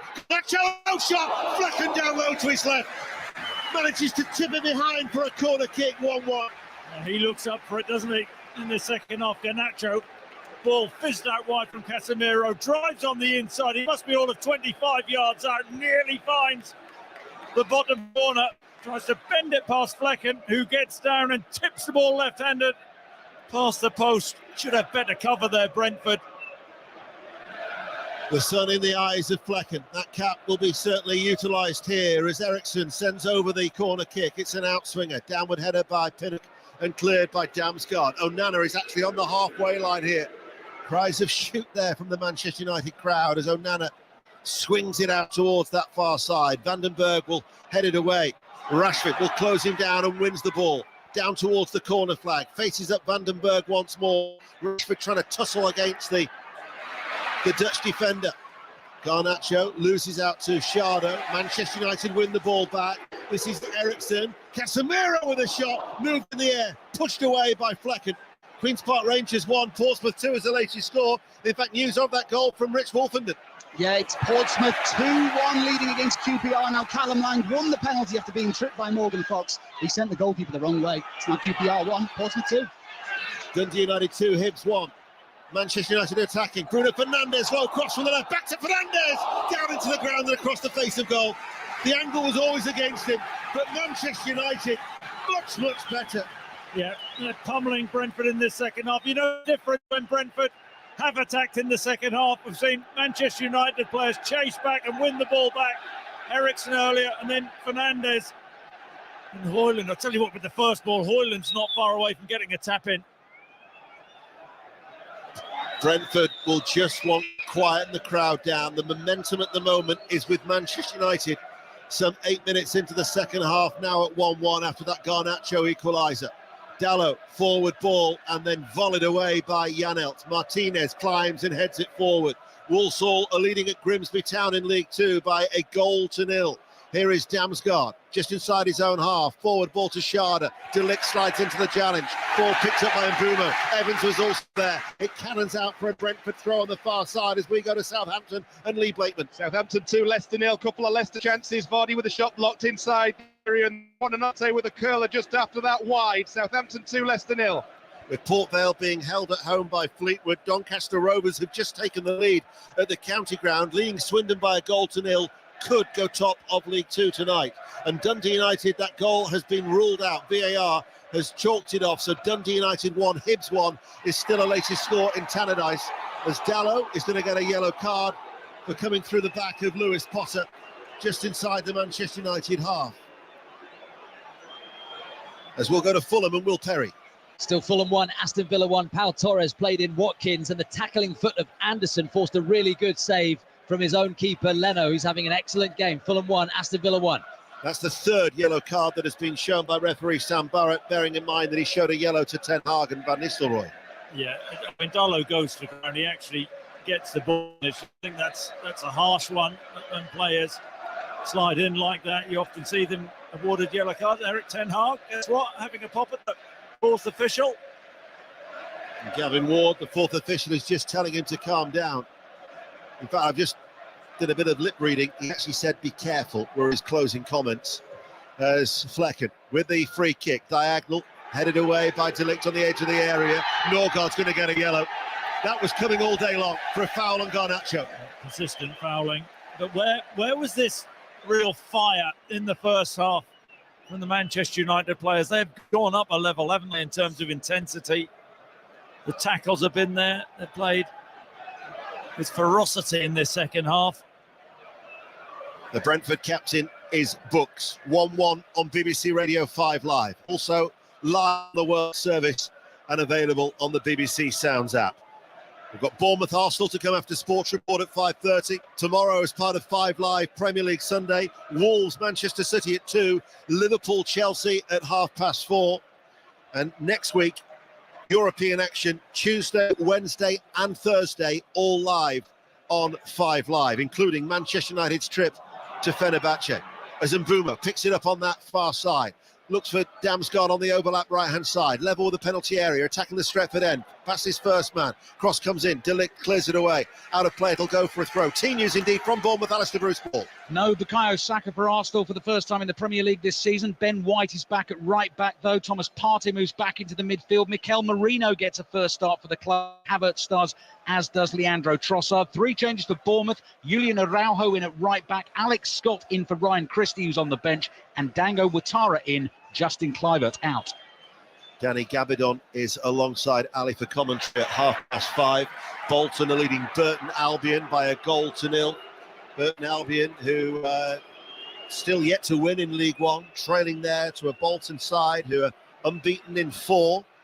Norgard has gone down, stoppage in play. We can go to Craven Cottage now on 5 Live with Will Perry. Fulham 1, Aston Villa 1. Leno with a man-of-the-match performance here. Another good save to deny Ramsey, this time from a tight angle, and that corner's gone behind for another corner. And there it is! Aston Villa ahead! Ollie Watkins heading in from the corner. Leno finally beaten again. It's Fulham 1, Aston Villa 2. The goals as they go in live on 5 Live from the throw, headed out by Evans for Manchester United. Norgard lifts it back into the penalty box, and it's caught by Onana inside his 6-yard area as the ball then is thrown out by Onana. And now it is with Dalot, who's got space to run into on this near side to right. He's over the halfway line. He'll switch it to Bruno Fernandes. Bruno Fernandes, who going through a bit of a barren spell at the moment, finds Rashford. Rashford with pace, running forward left-hand side, down towards the byline, overruns it, goal kick. It remains 1-1. Update the Rugby Union now, James Burridge. Bristol now leading 32 points to 27, a helter-skelter second half. Toby Fricker scoring Bristol's 5th try. It began in their 22 and they raced all the way under the posts. Elliot Daly has just scored for Saracens in the last 5 minutes too. It keeps going this game, 32-27, 55 minutes gone. Bruno Fernandes, who's still yet to score. The last time that he went on such a barren spell at the start of the season was when he was at Udinese. It was 9 years ago, in fact, for Udinese. As Bolton have got a second goal against Burton Albion. They lead now by 2-0, and Johan Wissa is going to be coming on for the away side, who's been out with a bit of an ankle problem. But he's back on the bench today and getting his final instructions from Keith Andrews. Southampton, Leicester, Lee Blakeman. Southampton 2, Leicester 0, but it should be 3-0 because Aribo's had a header well saved by Hermansen, and then Dibbling cutting in from the right on his left foot. Good low shot, good save Hermansen again. Southampton 2, Leicester 0. It remains 1-1, just over half an hour remaining. Mind you, still not forget, Manchester United ideally need to win this game, and it's not like they're coming into it on a good run of form. 5 without a win in all competitions. No, absolutely. It's can they keep that intensity up, which I've started this second half with. Aberdeen, who were 2-0 down, have squared it at Celtic Park. Celtic 2, Aberdeen 2 in that top-of-the-table clash in the Scottish Premiership. And we're going back to Lee. There's been another goal at Southampton. Forget what I said about Southampton making it 3. Leicester have got one back. Buonanotte on the end of a cross from the right. Tap in inside the 6 yards area. It's now Southampton 2, Leicester 1. United attacking. Hoyland fires in the cross, takes the deflection from that left-hand side and goes behind for a corner kick to the home team, just shy of an hour. Yeah, he's looked quite lively, Hoyland. This is a central striker. Pops the ball out left to Canacho, who drives the inside. Hoyland overlaps, fires the ball across, but good defending from Vandenberg. Made his first Premier League start of the season against Aston Villa before the international break, did Rasmus Hoyland.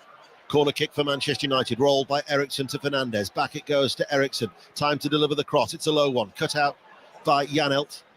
And the right side of the penalty area for Brentford. Norgard, the captain, digs it out, but clears it out of play for a throw. Let's get news of that Aberdeen equaliser then, Kenny Crawford. The captain has stepped up to the plate. Ian Graham Shinnie, 3rd goal of the season. Popped up on the edge of the box when the ball broke to him after a half clearance, thumped it, smashed off a Celtic defender and looked past Kasper Schmeichel. It's Celtic 2, Aberdeen 2. Fernandez from long range along the ground has tested Fleck, and it was a comfortable save away towards his right. He throws the ball out towards Ayer, the former Celtic defender, who comes forward on this near side to left. He's over the halfway line.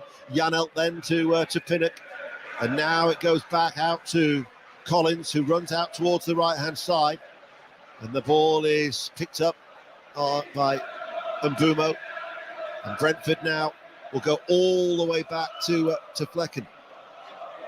A delayed kickoff at Portman Road. Ipswich Everton. Chris Coles has the latest. Second half just underway, a minute into it. Ipswich 0, Everton 2. Big second half needed from Ipswich. Otherwise, another game will go by and still no Premier League win. Ipswich 0, Everton 2. You'll hear the full-time result into Sports Report before our next commentary from Bournemouth, where Arsenal are without Bukayo Saka. 1-1 it remains here at Old Trafford. Brentford, who've lost all 3 away games in the Premier League this season. Mind you, they have played Liverpool, Manchester City and Tottenham. And just like at Old Trafford here today, they did take the lead at Manchester City and also against Spurs. There's Garnacho running forward, bit of space to run into. Garnacho sends over the cross, low, left-hand side. It'll be kept alive by Rashford, down by the corner flag, near side to right. Manchester United attacking with Rashford. Faced up by 2 Brentford players, back to Casemiro. Cross comes in, Fernandez in the air, always going wide off his head. Goal kick, 1-1. Chris Sutton. Yeah, just too high there for Bruno Fernandes. The ball whipped in from Casemiro, but the plan for Manchester United in this second half, get the ball out to Garnacho on that left-hand side. He is causing havoc. Vandenberg is twisting him inside and out. Ball fizzed across the 6-yard line. No gamblers from Manchester United, and Brentford now just trying to slow things down, take the sting out of the game. Burton have got a goal back. Bolton Wanderers 2, Burton Albion 1 is the latest score. It was Fulham 1, Aston Villa 2. There have been developments, and a player has been sent off, but who? Will Perry. A red card for Joachim Andersen. I'm not sure about this one at all. Mr. Sutton will be taking it. Back to you, Ian. Manchester United are in front with Højlund. A delicate chip over Flecken, and they have turned it around here at Old Trafford. Erik ten Hag applauds. A delicate finish by Rasmus Højlund. His first goal in the Premier League is a valuable one. United 2, Brentford 1. Well, the finish is an absolute delight from Højlund. He lifts the ball over Flecken. The touch from Bruno Fernandes, though, is sensational. And Højlund celebrating with Fernandes, pointing to Fernandes, because it's that little touch with the outside of his right boot which puts Højlund through. Mentioned in the first half, they hadn't had those combinations. It's Eriksson into Bruno Fernandes. Højlund just onside, plays the ball the outside of his right boot to him. He sits Flecken down and lifts it over him. Wonderful finish, and United from behind take the lead.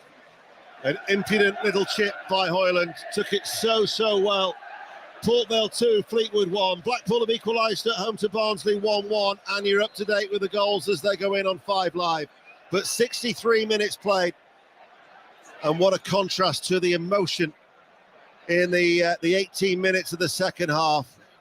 As we go back to Will at Craven Cottage. Yeah, just to clear that up. So Fulham 1, Aston Villa 2, but it's Joachim Andersen. This is never a red card for me. Anyway, it is. He's gone down the tunnel. It's a defensive sort of tackle. He's put his arm into the shoulder area of Watkins, and he's been shown a straight red by Darren England. Fulham 1, Aston Villa 2, Fulham down to 10. Thanks, Will. Notts County lead Wimbledon by a goal to 0. They've lost their last 3 at home in League 2 at Meadow Lane as Damsgaard to Mbumo. Wissa still waits to come on, incidentally. He's been waiting a long time for Brentford. Mbumo can't thread it through. Manchester United, who've passed the ball sharper, they have looked a different side in this second half. Yep. I mean, they've played with such great fire and intensity in this second half. Really pressurised Brentford when they're on the ball. The question is can they keep it up? Now they've got the noses in front. Brentford have the ball at the back. They're now trailing by 2-1. News of that goal at Port Vale from Nestor McGregor. Yeah, sweep and move from the home side. The ball finding its way to Ryan Croasdale just inside the box. It was a low shot across the keeper into the far corner. The team top of League 2 on top at the moment. Charlton have equalised at home to Stockport 1-1. Brentford with Ayer. Finds Damsgaard. Midway through the Manchester United half. Holds off the challenge of Højlund but couldn't get past Casemiro. Rashford on this right-hand side. Stopped and dispossessed by Ayer.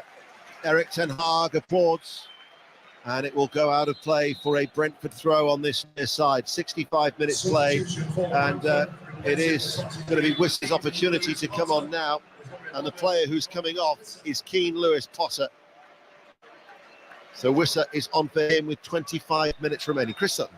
Yeah, and Kevin Schade will move to the left-hand side. Wissa, who in a really decent start to the season, he'll go in that central striking position as Brentford try and get themselves back into this game. Quite frankly, the second half, they have been nowhere near it, but that's down to Manchester United.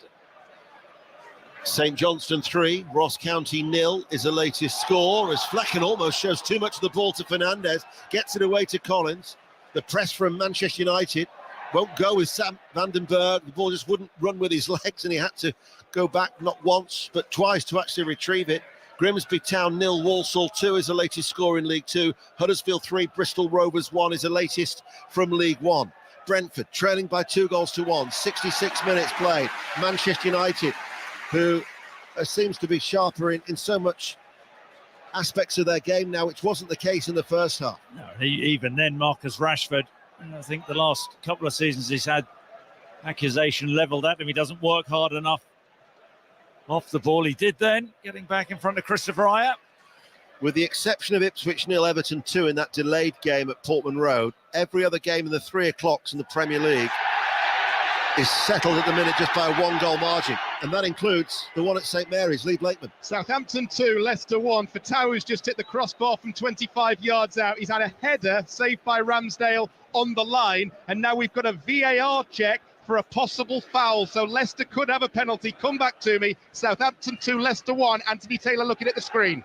We will. In the meantime, we are going to go to Sincil Bank. There's a penalty. Shojo Saka.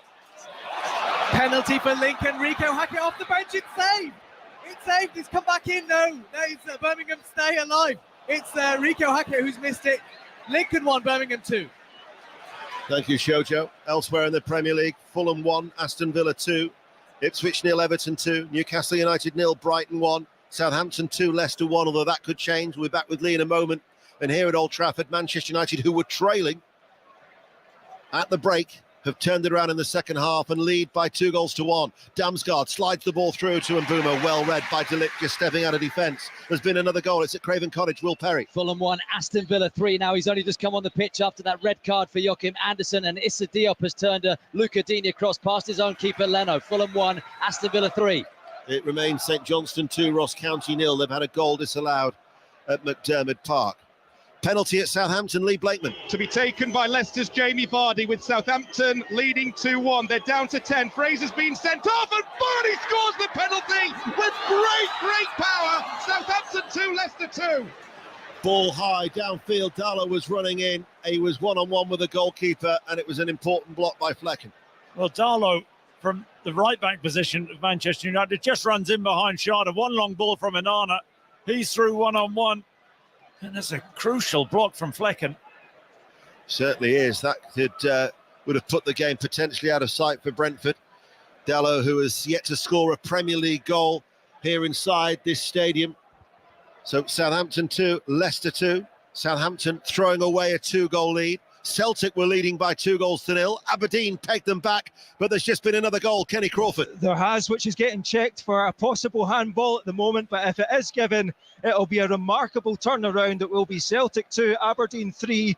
Jamie McGrath's free kick from the left-hand side swung into a busy 6-yard box. It looked like Portuguese-born forward Duke got the final touch, but they're checking for that possible handball at the moment, so it's still 2-2 unless this goal is given. We will give you the flag up once we know it's a very long check. Elsewhere, Port Vale 3, Fleetwood 1. Thanks, Kenny. So, 69 minutes played on BBC Radio 5 Live, and Manchester United are leading Brentford by 2-1. As Onana waits to clear his lines and eventually hits it downfield. Hoyland backing into Pinnock. Little touch around the corner towards Rashford, but Collins was there for a forceful clearance for Brentford. Latching on to that bouncing ball is Mbuma. He's done well. Left corner of the area. Now leaves it to Wissa, the substitute. Wissa cutting inside. Here is Schade. Links up with Wissa. Almost gets in Wissa's way. And then Norgard just tried the little flick off. didn't quite come off. Hoyland back there. Hoyland then was caught. The referee will have to revisit that, but he might let the play continue. Good advantage played by Sam Barrett, as now Casemiro just touches the ball to Martinez.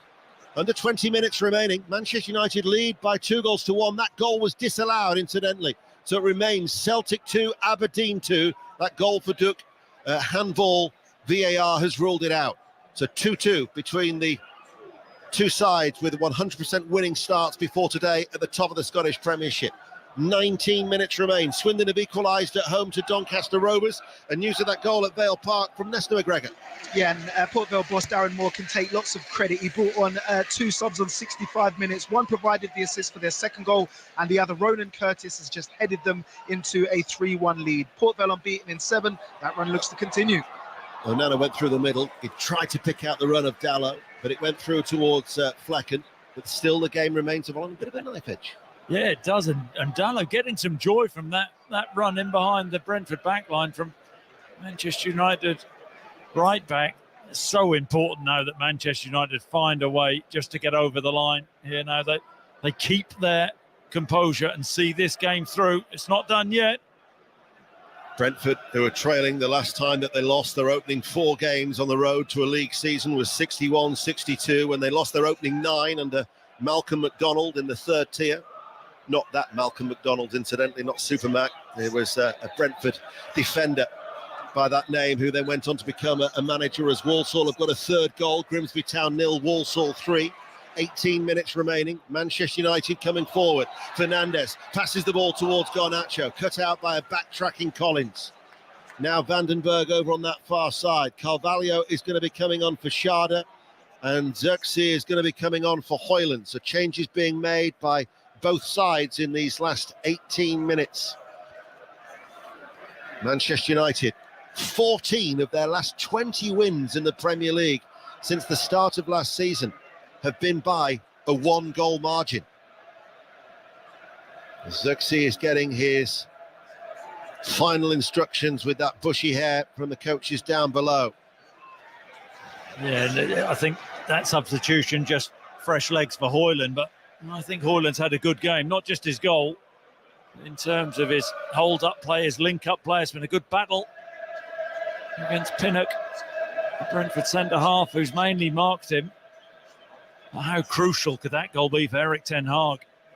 Well, it could be vital, judging by the scrutiny that the Dutchman has been under.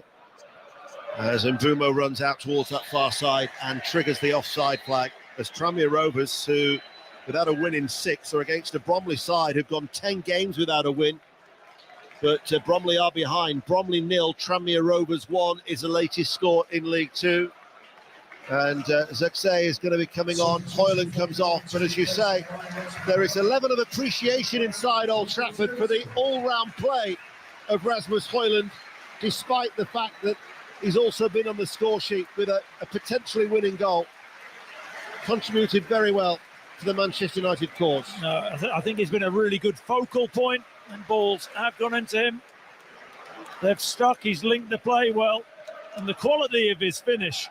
Flecken came out, made himself big, but the composure which he showed to lift it over him was really excellent. A sublime goal. And can Xerxes make that same impression? Slightly different type of centre forward he is, but he's going to have to lead the Manchester United line now.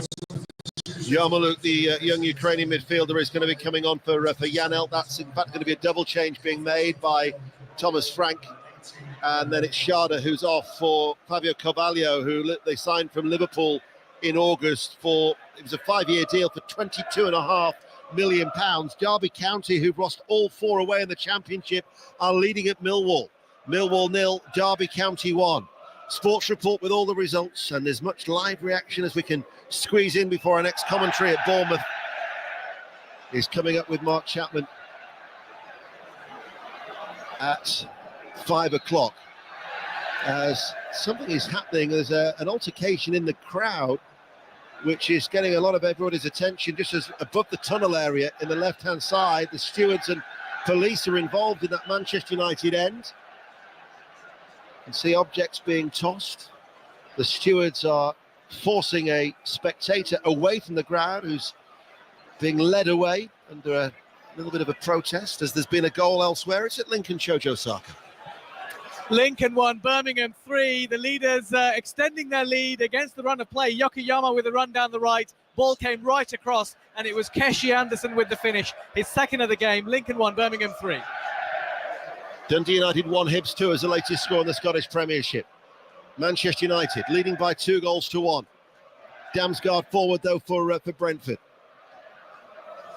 All their 10 points have been picked up in West London this season. As here is Pinnock. Norgard, forward ball. Wissa trying to take it into his stride, couldn't do so. Evans was there. Eriksson with a back pass. And Onana clears it first time right-footed downfield. Charlie Telfer has been sent off for Ross County. They're down to 9 men as they trail at St Johnstone by 2-0. As the ball picked up by Yarmouk, tries to get it through towards Mvumo, coming in off that right touchline. Manchester United now with Rashford, able to turn over the halfway line. Garnacho's ahead of him. In fact, Rashford bypasses Garnacho there, who now makes a little trot on the inside of him. And Fernandes slows it down for Manchester United. Looking for the 3 points after just one win in 6 in the Premier League. And De Ligt slows it down, and Manchester United seem to have much more control. Yeah, I think they're certainly doing the right thing. They've made changes, but just keeping the ball, trying to draw Brentford out. There's still work to do. Garnacho looks tired, but he's put so much into this second half. Let's go to Newcastle United, Maz Faruqi. Well, Danny Welbeck, the goal scorer in this game, has just had to be stretchered off with a back issue after coming together with Cher. Rightly, the medical staff were being very cautious with him. Newcastle still trail well into the last 7 minutes, but we've had that significant delay. Newcastle 0, Brighton 1. Thank you, Maz. Manchester United, Rashford.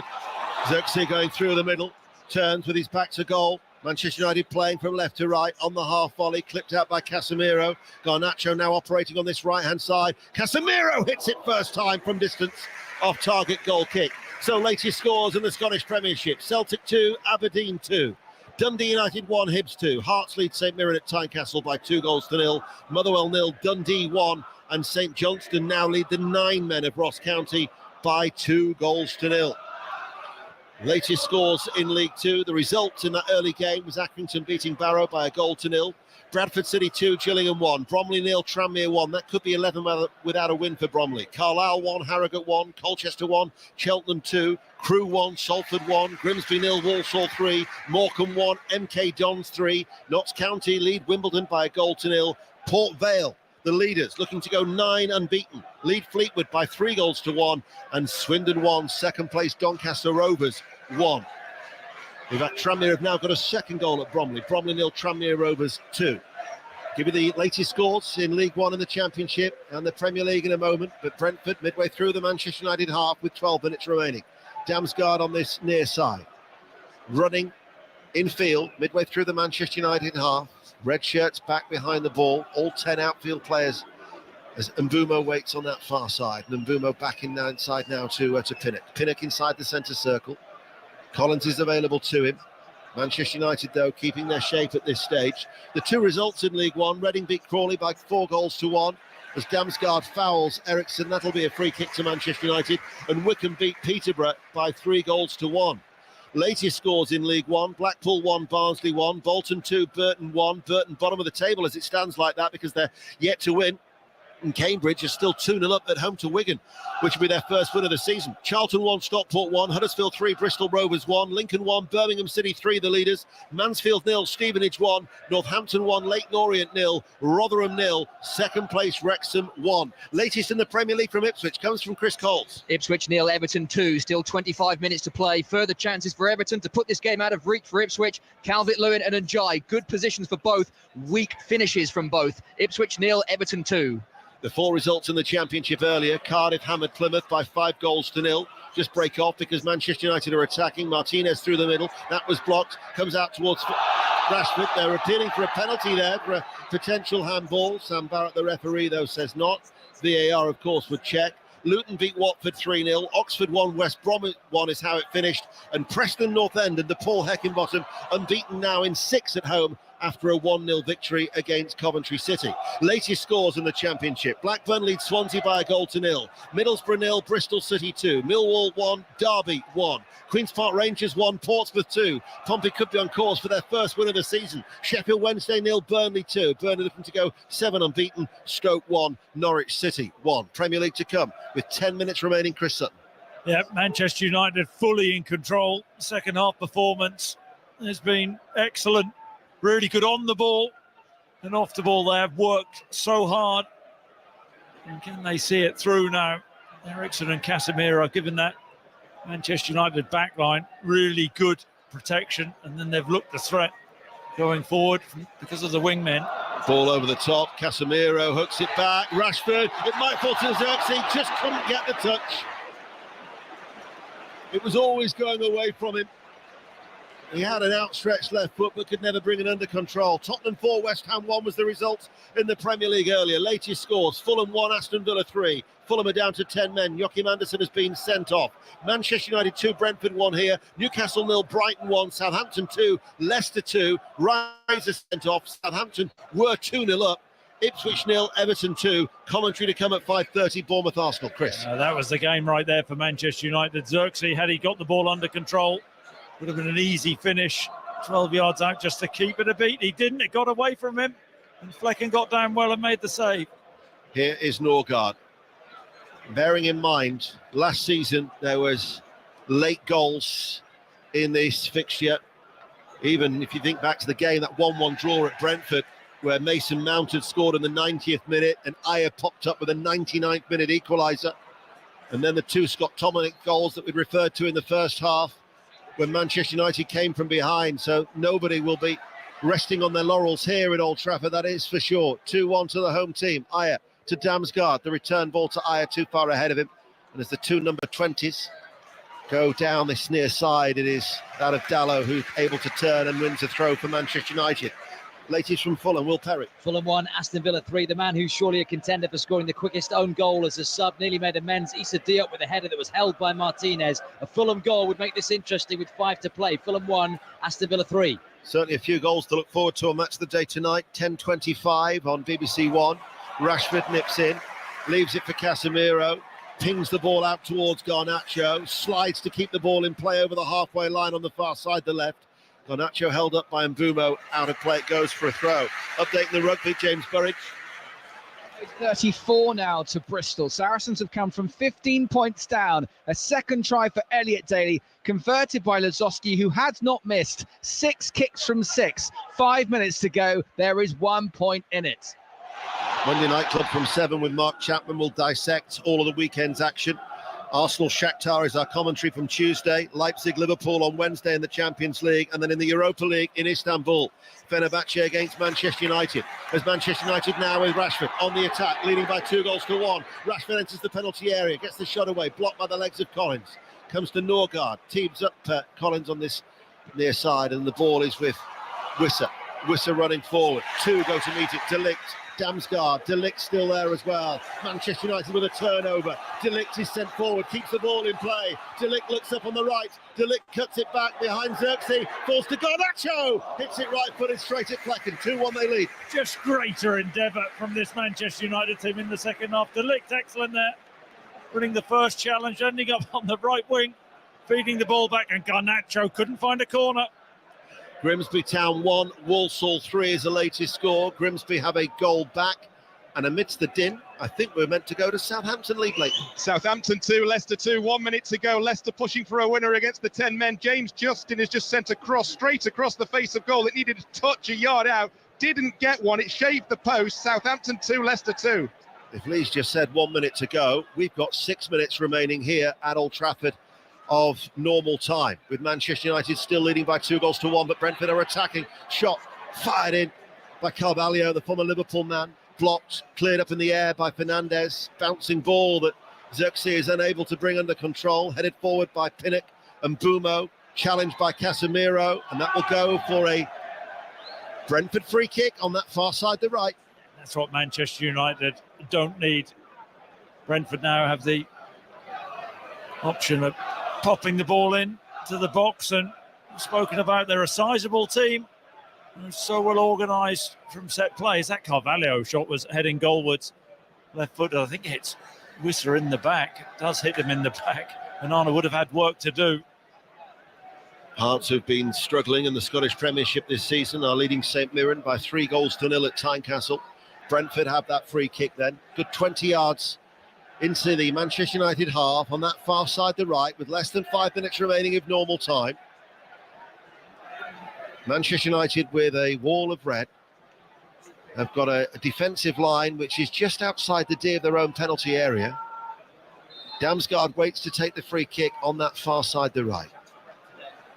Damsgaard hits it, flicked on by Carvalho, headed away then by Casemiro to Garnacho, loses the ball as Damsgaard wins it back.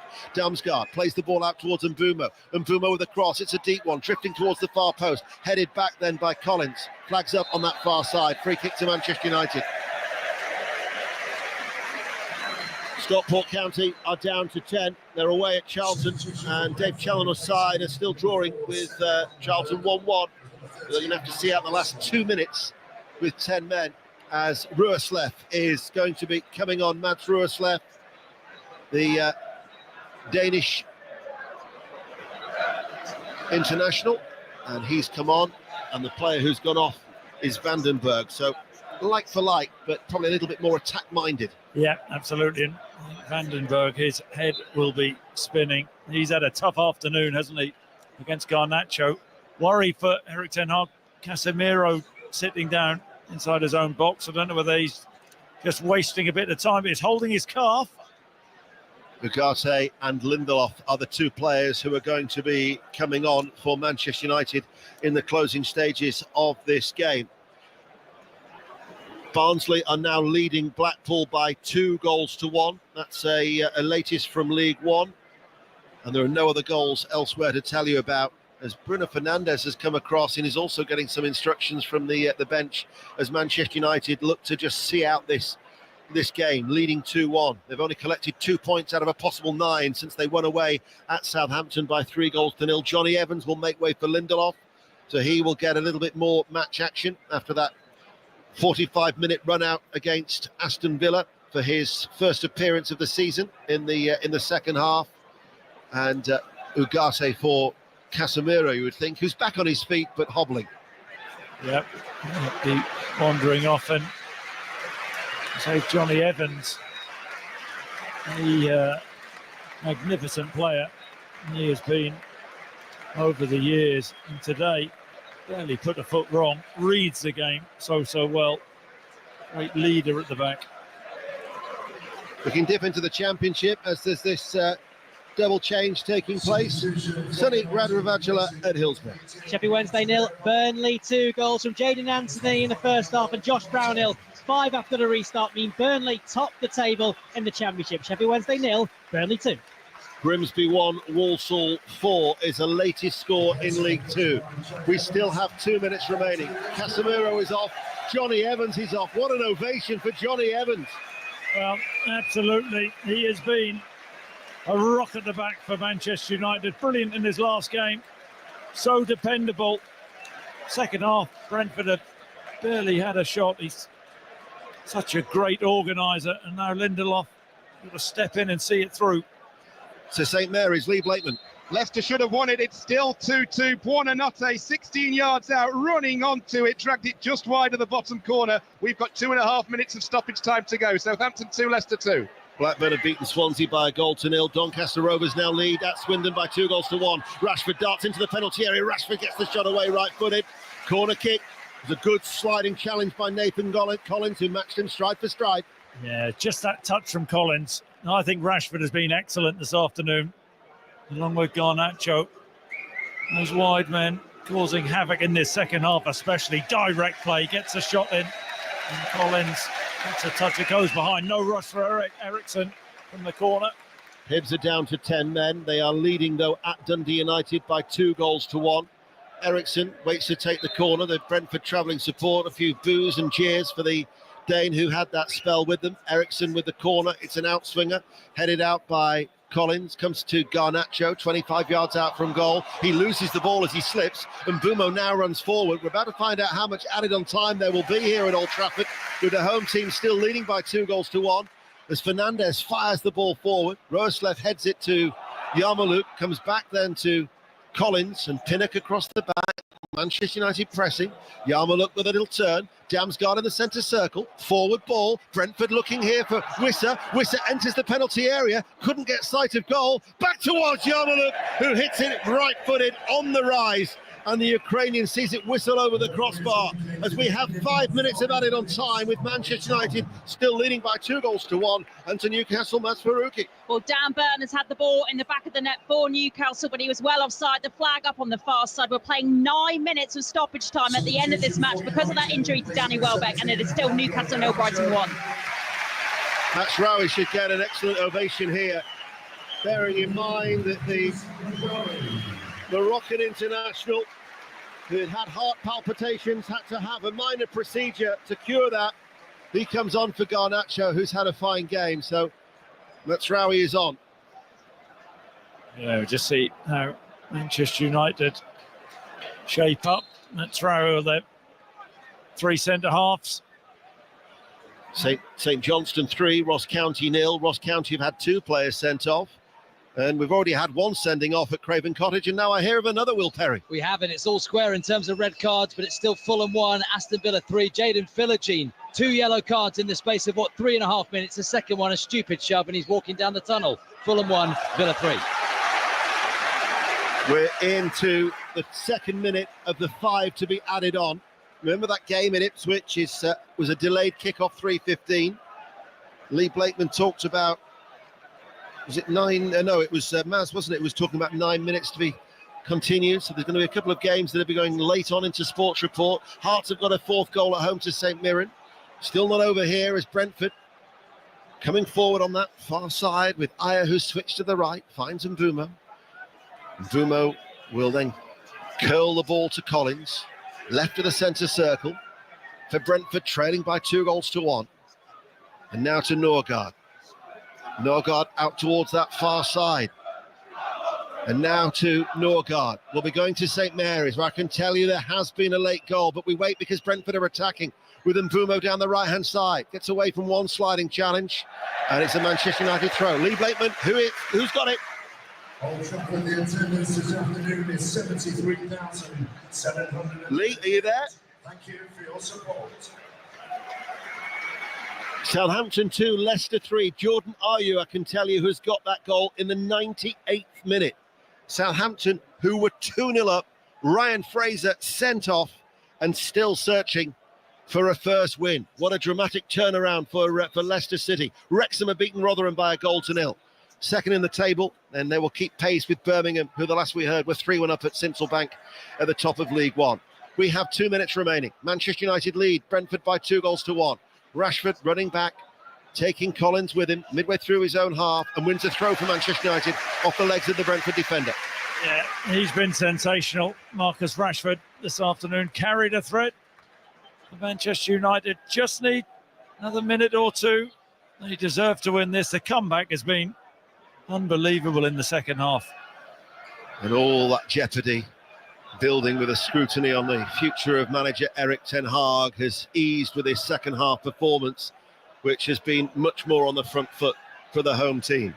Updating the rugby, James Burridge. Saracens somehow have stolen this game. They've won 37-35. They've come from 15 points down, and Alex Lazowski has knocked over the winning penalty 2 minutes into injury time. Bristol will be kicking themselves. Saracens 37, Bristol 35. Saracens go top. Brentford with Mvumo sends over the cross from the right-hand side. Kept in play by Roerslev and then clattered out of play by Rashford, but there's a replacement ball and a luminous cone that Damsgaard has quickly picked up, and in fact they're going to leave it for Norgard. Bromley have got a goal back in League Two. Bromley 1, Tranmere Rovers 2. This is only going one way. By my watch, 45 seconds remain of the minimum of 5, with Manchester United holding a slender lead at Old Trafford. And Norgard, not helped by the way that the little camber on the pitch there, steep bank that he has to go right on the edge, launches it in, cleared by the United defence, only as far as Yarmouk. 2 balls are on the pitch at the moment as a cross comes in from Roerslev into the penalty area. Bouncing ball in the penalty area, still kept alive. Carvalho shoots, And it's off target, left-footed, wide of the right-hand post, 2-1 to United. Worked so hard in this second half, but that's all it takes. Just switched off from a knockdown there, and Carvalho, 18 yards out, quick first touch, and with his second touch, just drags his shot wide of the left-hand post. Port Vale will remain top of League Two because they've beaten Fleetwood by 3-1, full-time at Southampton, Lee Blakeman. It's ended. Southampton 2, Leicester 3. Jordan Ayew with a 98th minute winner on the 18-yard line, bottom corner. What a comeback. Southampton 2, Leicester 3. Brighton still lead at Newcastle by 1-0. Everton are 2-0 up at Ipswich, and Aston Villa lead Fulham by 3-1. Both teams have had a player sent off. 2-1 here to Manchester United. The 5 minutes of added on time are up. We're just seeing how much extra the referee will add on as Eriksson hits it high downfield. The supporters are baying for the final whistle. Flecken brings it out of his penalty area, hits it right-footed. It would seem that Brentford, who've lost their last 7 at Old Trafford, that losing sequence is going to continue. Their losing sequence away on their travels in the Premier League as Ugarte makes a strong run. Rashford has Fernandes going ahead of him. Here is Fernandes. Fernandes tests the goalkeeper from a tight angle. But there is the full-time whistle. A morale-boosting win for Erik ten Hag. He says the noise is external. It was certainly a worrying scoreline at half-time, but they turned it around in the second half. 2-1, they've beaten Brentford, Chris. Yep, that's the best way to do your talking on the pitch. Best 45 minutes I've seen from Manchester United this season. Came from behind to win. The first goal from Garnacho was wonderful. And then Højlund with a clever finish after real piece of invention from Bruno Fernandes. United from behind, that's the level. Manchester United 2, Brentford 1, the full-time score. To St James's Park, Maz Faruqi. Well, Newcastle's unbeaten run here has come to an end with something of a whimper, despite numerous chances for Gordon, for Joel Linton, for Isak, and 11 minutes at the end of second half stoppage time. They couldn't find the equaliser in the second half. 35 minutes in, against the run of play, Danny Welbeck had put Brighton ahead after a very rare move forward by the visitors, but his injury, it looks like a lower back issue, which meant he had to be stretched off deep in the second half. Just took some sting and some momentum out of the game. We hope, of course, that injury isn't too serious. And full time here, it's finished Newcastle 0, Brighton 1. Big win for Villa, who've come from behind this afternoon. Will Perry. Fulham 1, Villa 3. Fulham ahead after Jimenez got on the end of an assist from his keeper, Leno. Rodgers levelled with the help of a wicked Bassi deflection. Pereira saw a stinker of a penalty saved by Martinez. A wonderful Watkins bullet header put the visitors in front. Anderson was then sent off for Fulham for a last man challenge on Watkins, with Fulham down to 10. The man who replaced him, Diop, turned across past his own keeper with his first touch, and there was still time for Villa sub Philogene to get sent off with 2 yellows in 3 minutes. Fulham 1, Villa 3. Late equaliser for Dundee United at home to Hibs. 2-2 there to Chris Coles at Portman Road. Ipswich 0, Everton 2. Everton seeing this through comfortably enough, although we've said that before, only for it all to change. Ipswich yet to work Jordan Pickford, and time is running out. 6 minutes to play. Ipswich 0, Everton 2. Stoke Norwich, Pat Murphy. Entertaining game. Norwich didn't settle for the draw. 2 excellent goals. Srinak for Norwich and Manhoof for Stoke. Stoke 1, Norwich 1. Blackburn have held off Swansea. Julia Bold. They have. It's finished Blackburn 1, Swansea 0. What a battle it's been, though. Tyrose Dolan, the only goal in the first half that was the difference today. Swansea have really tried, though. They've had the most possession today. Just couldn't find the back of the net at all. Blackburn's 100% home record remains intact. Blackburn 1, Swansea 0. Bristol City have won 2-0 at Middlesbrough. Finished Millwall 1, Derby 1. And in the battle at the bottom, Portsmouth have got their first win of the season in any competition. They've beaten QPR